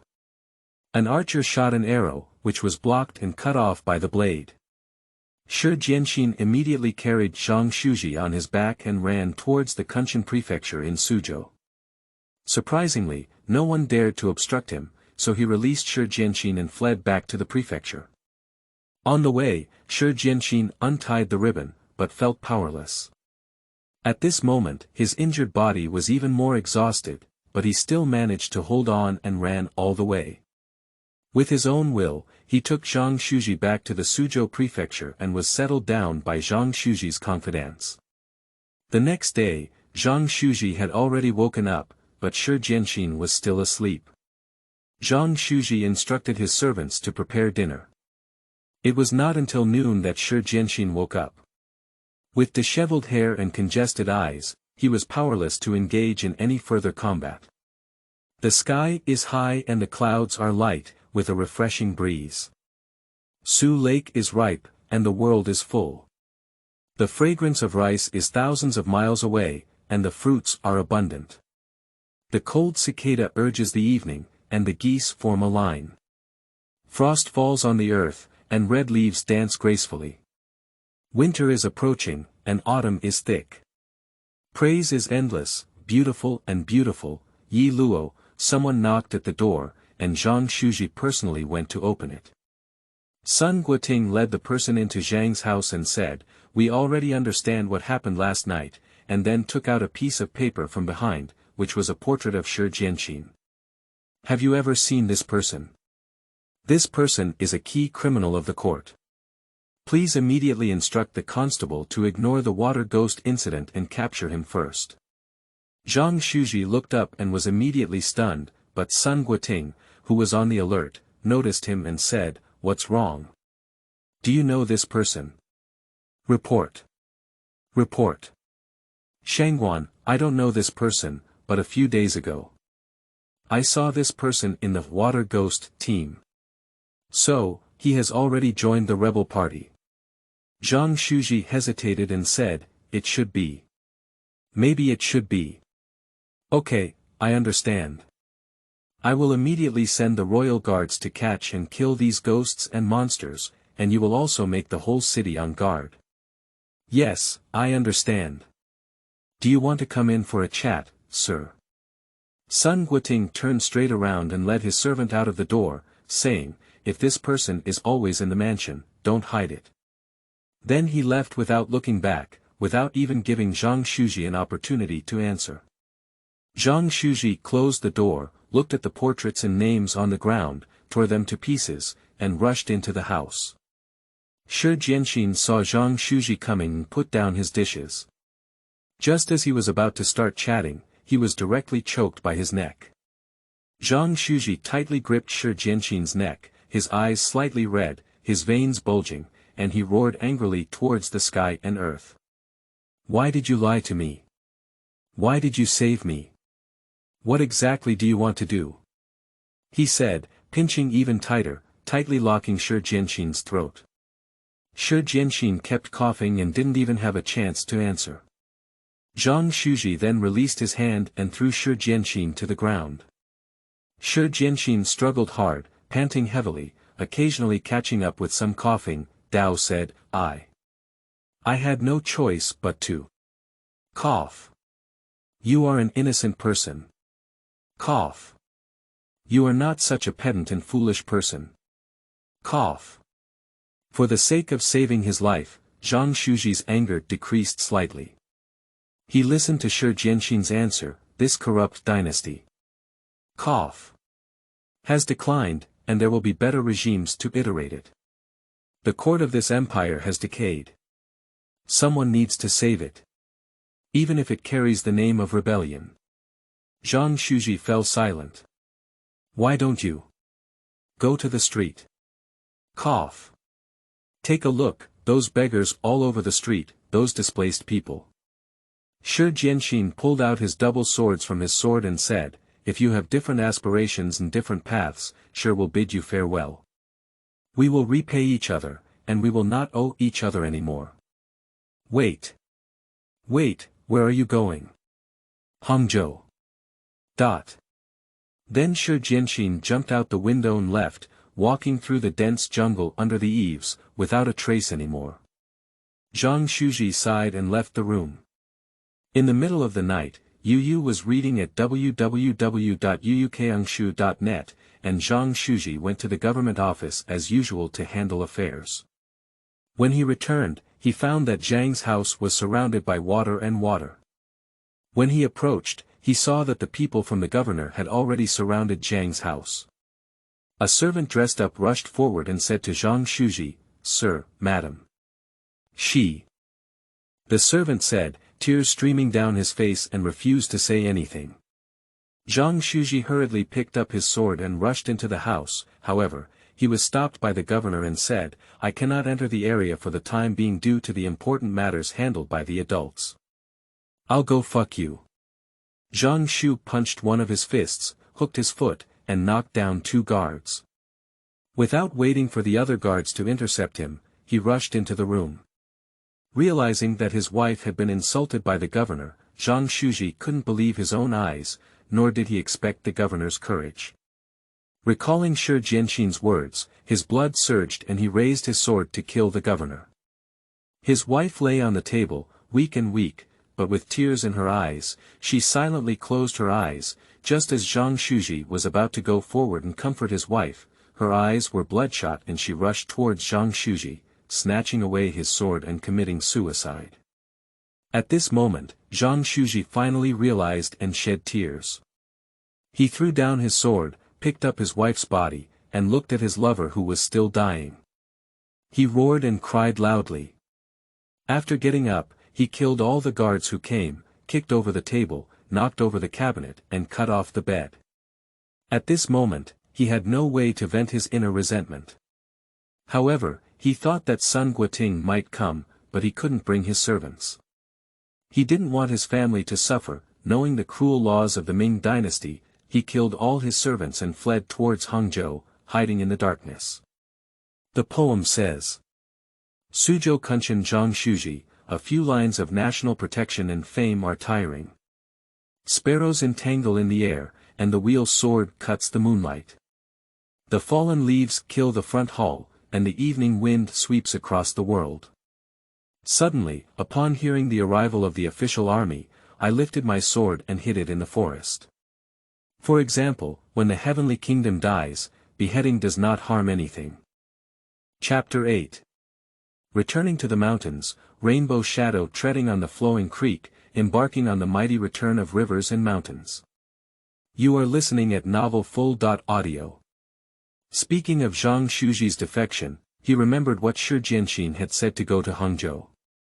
Early winter has arrived, and the long river slowly flows through the central plains. Singing love for Jiangnan, spring and autumn pass another year. The world praises that the most beautiful spring is in the Jiangnan region, where the sky is vast. However, it refutes the notion that the beautiful scenery has its own time in the east. The wind blows for thousands of miles, treads for thousands of miles, and finally reaches the east of Hangzhou, where tea plums have a beautiful appearance. It's probably the end of October, and I've wasted a lot of time along the way. I've been wandering for a few days, drinking a pot of warm wine. Shi Jianxin finally arrived in Hangzhou, and the first thing he did was to go to the Li family mansion to find Li Qingshu. As they approached the entrance of the Li mansion, they saw two servants holding themselves down and giving them some benefits. One of them went in to inform Li Qingshu, but found out that he was not currently in the mansion. They wrote a letter and asked the servants to help hand it over to Li Qingshu. The letter said, I haven't seen it for a long time, and I really thought about it. It turned out that after a brief conversation, I couldn't meet and hastily wrote a book, but I felt sad and desolate. In autumn and winter, trivial matters wither away. Today, we are heading towards dragons and tigers, and in the past, we met old friends. If we have seen each other again, please do not bid farewell quickly. With this letter, there are no more words left. Writing hastily, we bid farewell to each other. It is a sad farewell. Immediately after, without waiting for Li Qingshu to return to his residence, he walked alone towards Longhu mountain. After waiting for Li Qingshu to come back and read this letter, he suddenly felt a mixture of pear blossoms and rain, crying and losing his composure. In November, Shi Jianxin finally arrived at Longhu mountain.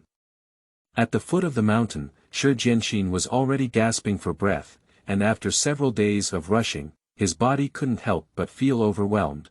But in order to see Lu Jichuan as soon as possible, Shi Jianxin gathered his strength and used his inner energy to walk towards the mountaintop. The mountaintop is very high, about half the way up the mountain. There are already some disciples of the Taoist sect here, either practicing swordsmanship or studying. Unfortunately, these people are all too inexperienced and usually have just entered the Tao, so they cannot recognize Shi Jian Xian.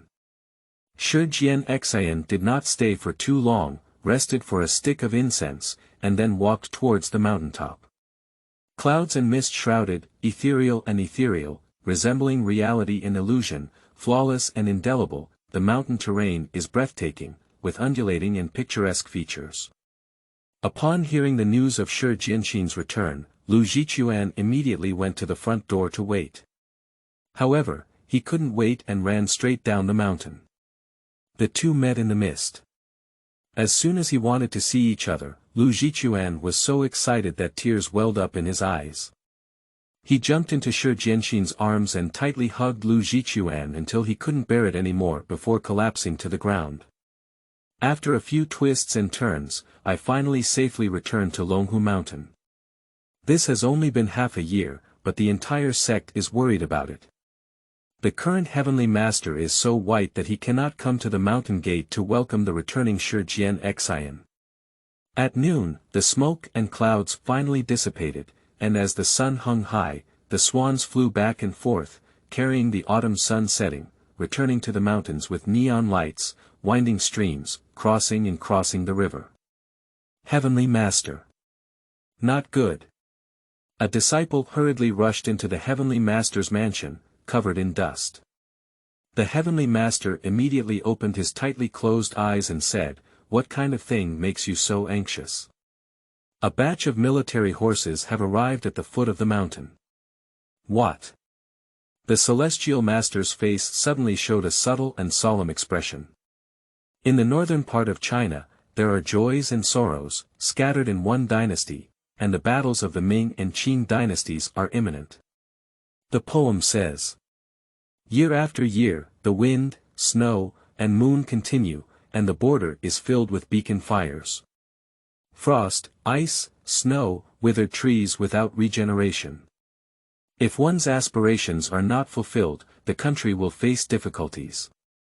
Acacia in Jiangnan is beautiful, drifting white and falling without a place to rely on. Zhang has already rushed to Jinzhou with great speed, and the Ming dynasty is no longer able to compete in the northeast. This is the farthest territory that Zhang can go to." Although the journey was not very far, it was run on by officials from various factions along the way, and the convenient authority originally granted has been revoked. Fortunately, there are still troops that can be mobilized, and the situation is not too bad. The night is deep, and the wind and snow are raging.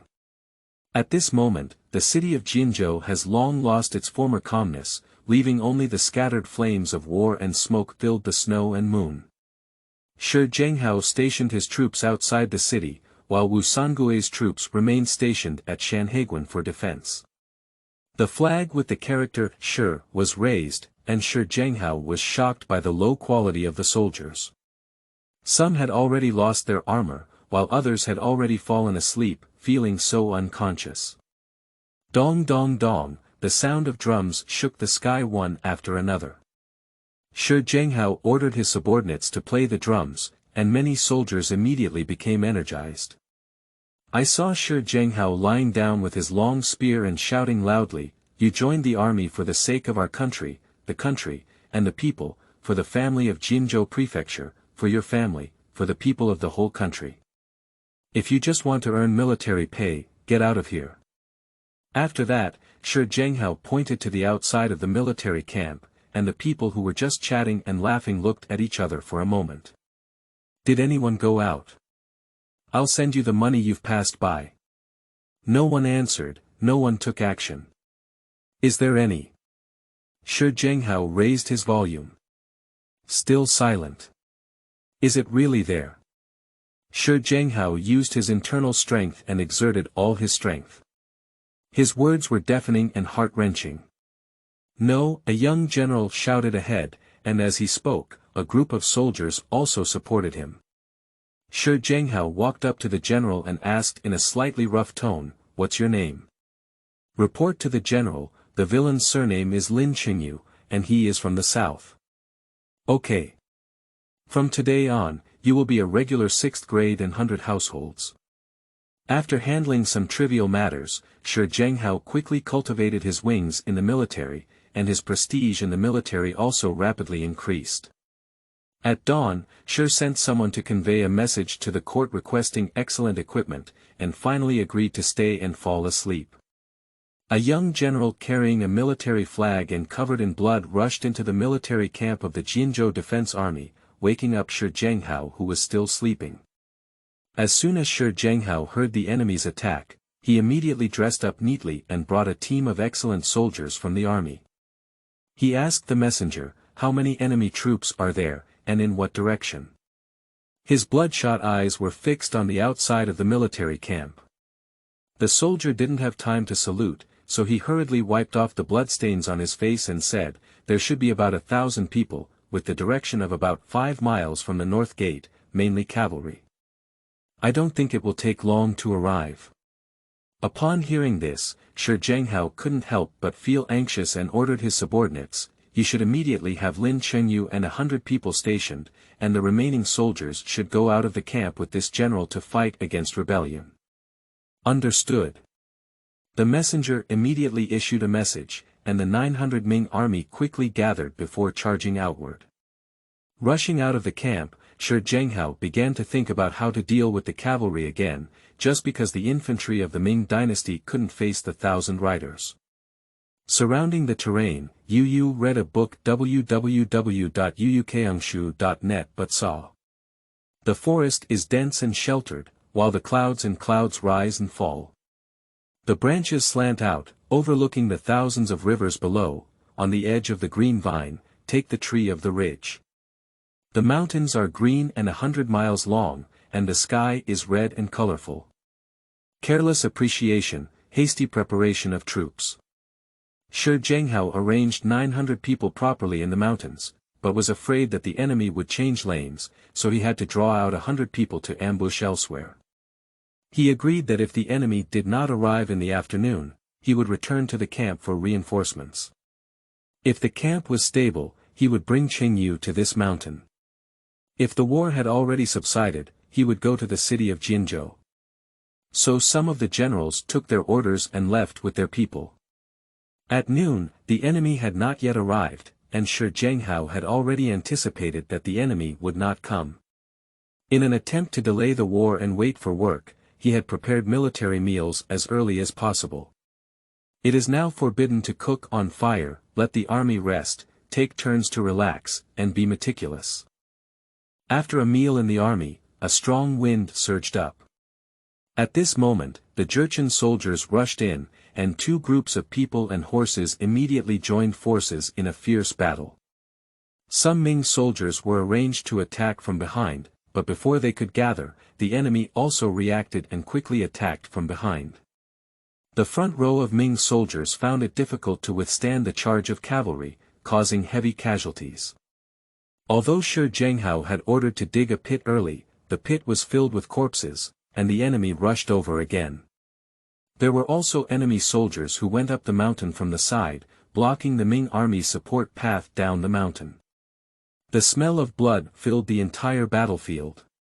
As expected by Zhang, the enemy army was indeed dispatched from the side, but the flank was fragile and was completely annihilated in less than 2 hours, heading straight towards the military camp. Lin Chengyu also personally led the troops in the camp to confront the Jurchen. Frontal battlefield.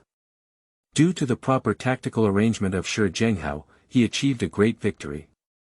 After reading all the urgent reports that came later, Zhang sent people to support him from behind, and he himself went north to besiege Wei and save Zhao. Chapter 9. The sun and moon flag rises 10,000 miles, and the Battle of Jinzhou at the border region ends.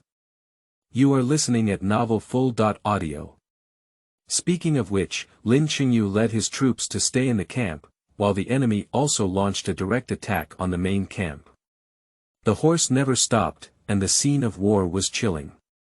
The foreign army had already arrived. Shooting arrows. Lin Chengyu almost roared out loud. The soldiers were full of bows and crossbows, and as soon as they heard the command, they instinctively shot arrows at the enemy, as if they had been trained. As the arrow rain fell, the enemy troops rushing ahead fell in rows, like a strong wind sweeping through the grass. They repeated several rounds, and the enemy's corpses scattered everywhere, with bright red covering the sky. The soldiers of the Ming dynasty also suffered casualties, but because most of them were elite troops, they had to deal with the enemy forces back and forth. At the forefront, Zhang also rushed towards the headquarters of Jurchen, as if advancing bravely in a rapids. Jurchen did not expect that the Ming army would dare to kill them back, and was caught off guard. After being hit hard by Zhang, the two groups of soldiers quickly fought against each other. Time passes by minute by second. The Ming army's main camp was in a state of disrepair, with remnants of armor and armor left all over the ground. General, the front is almost unstoppable. A partial general reported to Lin Chengyu. Lin Qingyu gritted his teeth, picked up his spear, and said, "Tell your brothers immediately that you cannot retreat at all. Tell them that the general is here. If you want to die, you will be buried with the afterglow of the setting sun." At the sight of Lin Qingyu's majestic and solemn demeanor, the general was both shocked and moved. He responded to the order and rushed out of the camp, about to convey a message. However, he had been listening for a lifetime, and a light hook double-feather arrow pierced his abdomen, causing unbearable pain. A mouthful of blood sprayed onto the ground. But how can we not follow the general's orders? The general turned to his side, pulled out his sword, cut off the arrow branch, and rolled towards the slope. In an instant, blood stains appeared on the snow, while the general rolled to the ground and stood up with all his might, walking to the middle of the Ming army. A mouthful of blood spurted out with the words, "General has orders. Everyone must take a step back." General quickly rushed down the mountain to rescue. Then he collapsed exhausted, collapsed to the ground, fainted, and was soon kicked and trampled to death by a horse. As soon as the soldiers heard that the general was about to personally go to battle, their morale was greatly boosted, and they all shouted and marched forward. The Jurchen army on the opposite side had never seen such a posture before. A group of soldiers retreated in chaos and dared not engage in direct combat with the Ming army. However, the soldiers of the Great Ming army became more and more brave, constantly chasing and killing Jurchen soldiers, and even the front line was pushed forward hundreds of meters. The Jurchen soldiers suffered heavy casualties, and those Ming soldiers with incomplete equipment seemed to be like demons crawling out of hell, unable to fight against them. Those godlike Ming soldiers were also flesh and blood, repeatedly fighting against Jurchen soldiers. During the confrontation between the soldiers, the casualties were not much less than those of the foreign army, and Lin Qingyu personally led his troops to charge forward, with a fearless momentum. There is a transportation artery in front of Lin Qingyu, and a mountain stands here. Due to the bird-like beaks at the foot of the mountain, it is affectionately called Bird-Beaked Mountain by Ming border defense soldiers, and this title has been preserved since the early Ming dynasty. Now Bird's Beak Mountain has been occupied by Jurchen soldiers, but the Jurchen tribe has always looked down upon the Ming army's combat capabilities. Therefore, even when the frontline army retreats, the defenders of Bird's Beak Mountain do not care and lazily and weakly defend. Report. Urgent ahead. Army defeat. Quick response. A fast horse quickly charged towards the defending camp of Bird's Beak Mountain, shouting while running. "Ah!" exclaimed in surprise, and the messenger soldier fell from his horse, with a feather arrow inserted behind him, and blood oozing from his back. The soldiers were startled and hurriedly went to check. Suddenly, countless arrows shot at the entrance of the camp, and in an instant, they were shot into hedgehogs. Some soldiers reported to the mountain, but unfortunately encountered Lin Qingyu's precise bowing baptism on the way up the mountain. One by one, the soldiers slid off the mountain like loose hanging paintings, along with a blood-red streak of paint. At this moment, the commander of the Jurchen tribe on the mountain, Color, realized the urgency of the situation and immediately organized troops for defense. However, it was of no use. The Ming cavalry had abandoned their horses and climbed the mountain, and the two armies were fighting in short combat on the steep half of the mountain. However, the Ming soldiers were not afraid of death, charging upwards like mushrooms sprouting up after rain. The Jurchen soldiers were quickly defeated by several large armies that had been impacted. On the mountaintop, Color also understood that guarding the mountain was useless, so he led his trusted soldiers down the mountain and let them go down on their own. This move can be said to have caused a mutiny in the military. If the general fought to the death, they would not have any complaints. If the general led them down the mountain to escape together, they would be even more grateful to the general. But if the general left them alone, they would all stop and immediately put down their weapons. They kowtowed to the late Lin Qingyu and were willing to serve the Ming heavenly kingdom. Lin Qingyu was afraid of Color's trickery, so he confiscated the weapons and armor of the Jurchen surrender before placing them in a cave in the mountain. That night, Courier immediately organized a group of soldiers to descend the mountain, intending to continue capturing Bird's Beak Mountain. However, the rear was in urgent need, and the commander. Chief Li Yozhong ordered Courier's headquarters to immediately retreat and return to the rear. All of this has to start with Shi Zhenghao leading his army to charge north.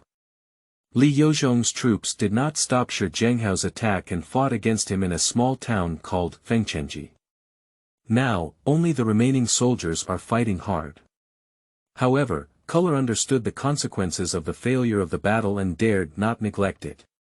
He quickly replenished his troops to Fengqing Post, without even counting the remaining soldiers. Fengchenji, the northernmost part of the empire. The flames of war were raging, with flames still burning everywhere. Yanqing Temple was the center of the town, and Li Yozhong's Jurchen troops deployed around Yanqing Temple. Li Yozhong's general headquarters was located here, and Shi Zhenghao heard good news from the rear. He understood that Bird's Beak Mountain had been recaptured by the Ming army, and the general situation of the battle was analyzed. The south had already been defended by Lin Qingyu, and the opposing armies on both sides and the southern army either attacked Lin Qingyu's Bird's Beak Mountain, went deep into the mountain customs, or could only return to support Li Yozhong's headquarters. Li Yozhong definitely wanted to protect the division headquarters, so it was necessary to. The three armies are converging. To the south, it is said that Courier is greedy for life and afraid of death, leading to a retreat. Therefore, Courier will definitely lean towards the retreating army, which will inevitably result in fewer casualties. The armies on both sides have now been weakened or even annihilated by themselves, so even if they are besieged later, they will only be attacked from the back and not from the encirclement. After pondering for a moment, Shi Zhenghao asked the general next to him, "What do you think?" "I dare not speak recklessly," the general saluted. "But it doesn't matter." The last general had a tough personality and thought he would kill Li Yozhong straightforwardly. Shi Zhenghao shook his head and said, "Remember, as a general, you cannot act impulsively. Now that the soldiers behind the enemy are likely to besiege us, we have already found a big advantage this time. We must not advance any further. You should immediately pass the order and withdraw the troops." "Yes." The general immediately went out to gather the army. The soldiers of the Ming dynasty were exhausted, and the continuous battle of soldiers left them gasping for breath. Now that they had retreated, they quickly gathered into a defensive formation and quickly headed south. "Not good." Li Yozhong stood up in the hall, clapping his hands on the table. "If these soldiers go back to the south, they will definitely see the color and his team. In this way, they are afraid to be annihilated. Send the order and immediately mobilize the troops to pursue the Shi army." Li Yozhong took his weapons and left the Fengqing post with his generals, marching south. At the same time, Shi Zhenghao had already led his troops in a roundabout manner. In order to prevent the enemy from discovering any loopholes, he only instructed his soldiers to take the next step after the army came out of the Fengqing post. The army was dispersed and concealed. When Li Yozhong's army passed in front of them, they dug out of the bushes and immediately followed behind Li Yozhong's army. And Shi Zhenghao ordered someone to send a message to Lin Qingyu, cooperating with Shi Zhenghao's pincer attack on the Jurchen soldiers, and ordered Lin Qingyu to immediately evacuate Bird's Beak Mountain and deploy on both sides of the foot of Bird's Beak Mountain.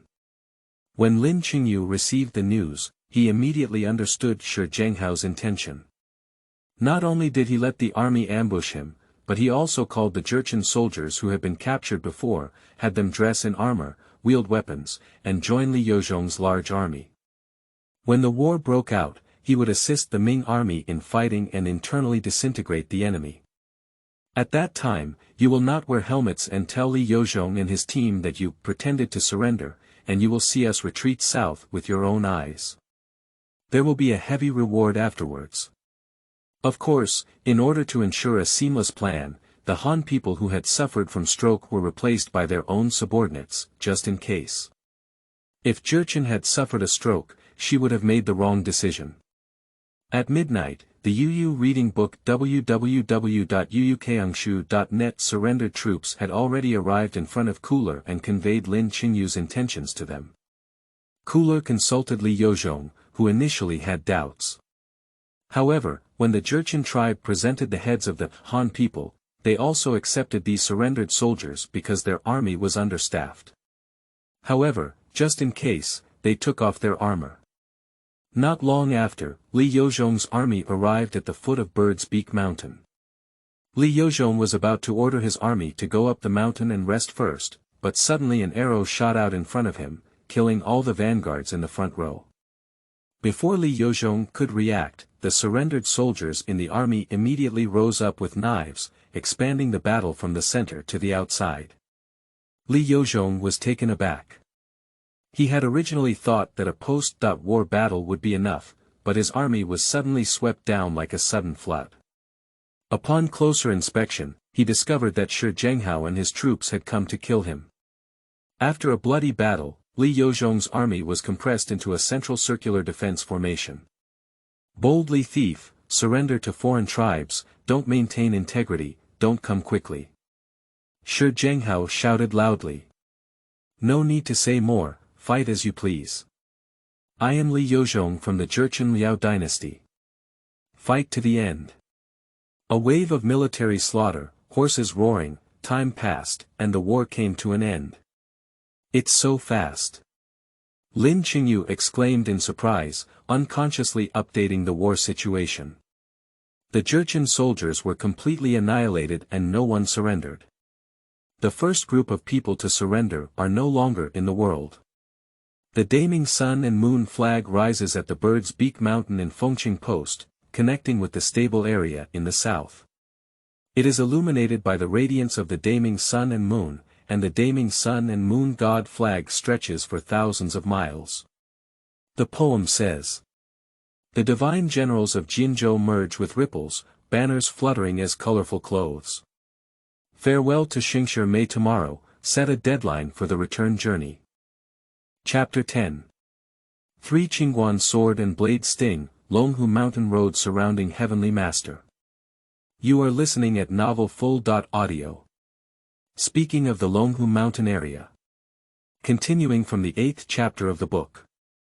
At noon, the smoke and clouds finally dissipated, and when the sun was high, the partridges and swans rolled and flew again, carrying the autumn sun and setting sun, returning to the mountains with neon lights. The stream meandered and crossed the vertical stream. A disciple rushed into the Heavenly Master's mansion in a hurry, covered in dust. The Heavenly Master immediately opened his tightly closed eyes and said, "What kind of thing makes you so anxious?" A batch of military horses have arrived at the foot of the mountain. What the Celestial Master's face suddenly showed a subtle and solemn expression at this point. The foot of the mountain was already surrounded by the Ming dynasty's armored cavalry, and even the autumn-carrying partridge may not dare to say it can fly out of the mountain. The leader of the Ming army, named Yang Xianlong, had a fierce and serious expression on his face, and his muscles were visibly strong. He rode an armored battle horse and stood at the foot of the mountain, exuding a majestic and solemn aura. Standing like this made people feel very scared. But at the foot of the mountain, stone steps were stacked one by one into the sky, and there were countless people who went up the mountain to pray for blessings from the gods. They were all dressed in the attire of wealthy families. After all, ordinary people did not have such leisure. They did not seek good weather, but only a peaceful day. And these wealthy families are all exquisitely dressed in silk. The young ladies and young masters are already the most important figures in the hearts of the common people. However, even they dare not disrespect the officers and soldiers led by Yang Xianlong. They all avoided and drove away. Those who were a little timid went straight down the mountain to leave this troubled land and return to their own mansion to settle down and enjoy themselves. At this time, on the Dragon and Tiger Mountain, the high-ranking Taoists are gathered in the Sanqing Temple to discuss countermeasures. Could it be that they knew Xian's location and sent troops to arrest him, said an older and slightly decadent old Taoist. The Heavenly Master's eyes narrowed slightly, wondering what he was thinking. After a long time, he said, why not let Xuandaozi, also known as Shuzhi, temporarily hide? Can't such a large dragon and tiger mountain hide him alone? At this moment, the door of Sanqing Temple was knocked on, and a young voice reached everyone's ears. Master, there's no need to discuss so much. He. As he spoke, the man at the door covered his face and smiled. Everyone in the audience was puzzled and cast a puzzled expression towards the door. The man's hands made a movement and pushed open the door, making a creaking sound. Then he drew his knife and said with a murderous aura, how do you think the court will send troops for no reason? The crowd was even more puzzled, but when they saw the man drawing a knife, they became alert and stared at him intently. Counting the time, the official army is about to climb the mountain, and this dragon and tiger mountain can be said to be a turtle in a jar. Our people on the mountain are not much fewer than you, the group of dying people. The man sighed, and a powerful momentum took off from the man's side. Many Taoist priests were angry. You, a young and inexperienced child, are you trying to fight us? People do not regard the man in their eyes, but are still thinking about how to solve the problem of Jian Xin. The man was not angry either, so he stood at the door with a knife. Master, that group of soldiers has come up the mountain. A young Taoist rushed to report the news. He had just touched his knees with both hands, leaned down, and gasped heavily for breath. He should have wanted to rest for a while, but was instantly killed by the man at the door. Several Taoist priests changed their faces and said, you. The man didn't answer, his expression was natural, and he just stood before the Sanqing Temple. The Heavenly Master combined what the man had said before and roughly understood the background. The officers and soldiers would definitely not go up the mountain without capturing the rebels. After all, there are many people who believe in Taoism in this territory. It is likely that the man has already lurked what he called their people on the mountain, and when the time is ripe, they will come down to report, which is why the officers and soldiers were recruited. Several Taoist priests heard that the soldiers were going up the mountain, so they quickly left Sanqing Temple to protect Shuzhi. So two old Taoist priests picked up their weapons and killed the man. The man's mouth slightly raised, and he saw that the two attacking Taoist priests were not afraid at all. He immediately blocked the attack of one Taoist and punched the other Taoist in the abdomen with his left hand, shaking him several meters away. As soon as the shaken Taoist landed, he felt his internal organs shatter and he vomited blood uncontrollably. In an instant, a patch of blood appeared on the ground, and the shaken Taoist was knocked to the edge of the wooden cabinet. Unexpectedly, he was shocked to death. And another Taoist, after a brief confrontation with the man, was completely powerless and was beheaded by the sword within a few seconds. Zhang Tianshi, the Taoist exclaimed in surprise. Following his gaze, it turned out that Tianshi had personally wielded a sword to kill the young man in front of the door, with a face full of anger and red eyes, staring intently at him. The young man still went his own way, lazily leaning against the door. He even picked up a dog-tail grass in his mouth at some point, closed one eye, and confidently said, our people are constantly monitoring Shuzhi. He can't leave. Just as the young man was relaxing his guard, his heart suddenly beat, and he froze for a moment. At this moment, the entire Sanqing Temple was filled with the power of the Heavenly Master, and the young man was unprepared, being intimidated by the power. For a moment, the Master's move was just a fleeting moment, and the Heavenly Master had already wielded his sword in front of the young man. The young man reacted in shock, his feet off the ground, and he swept back.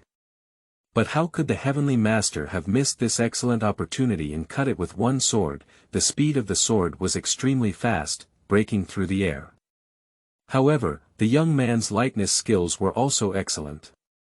As he saw the blade about to touch the young man's abdomen, he saw that the young man's speed was even faster, and he fell back to the ground without any danger. The young man took a deep breath, and the Heavenly Master exclaimed, "Who the hell are you?"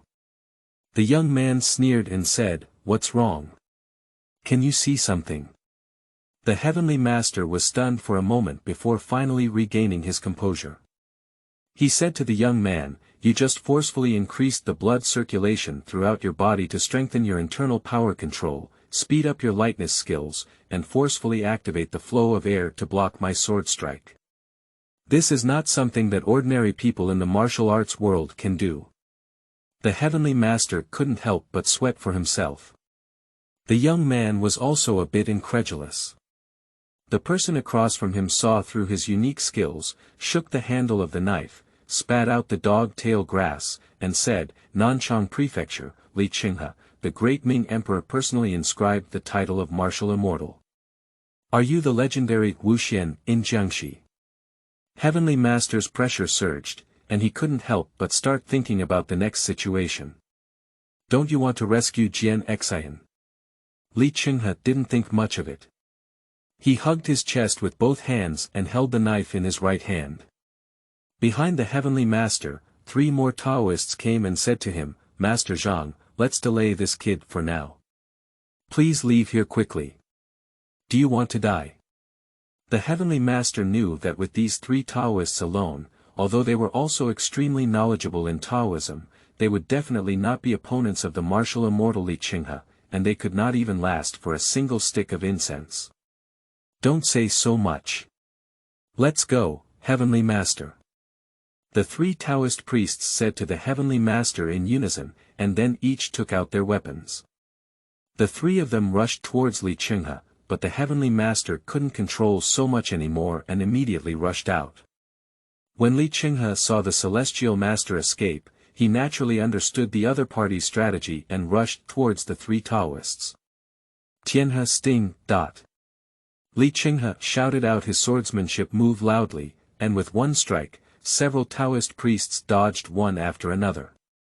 Of course, Li Qinghe did more than just this move.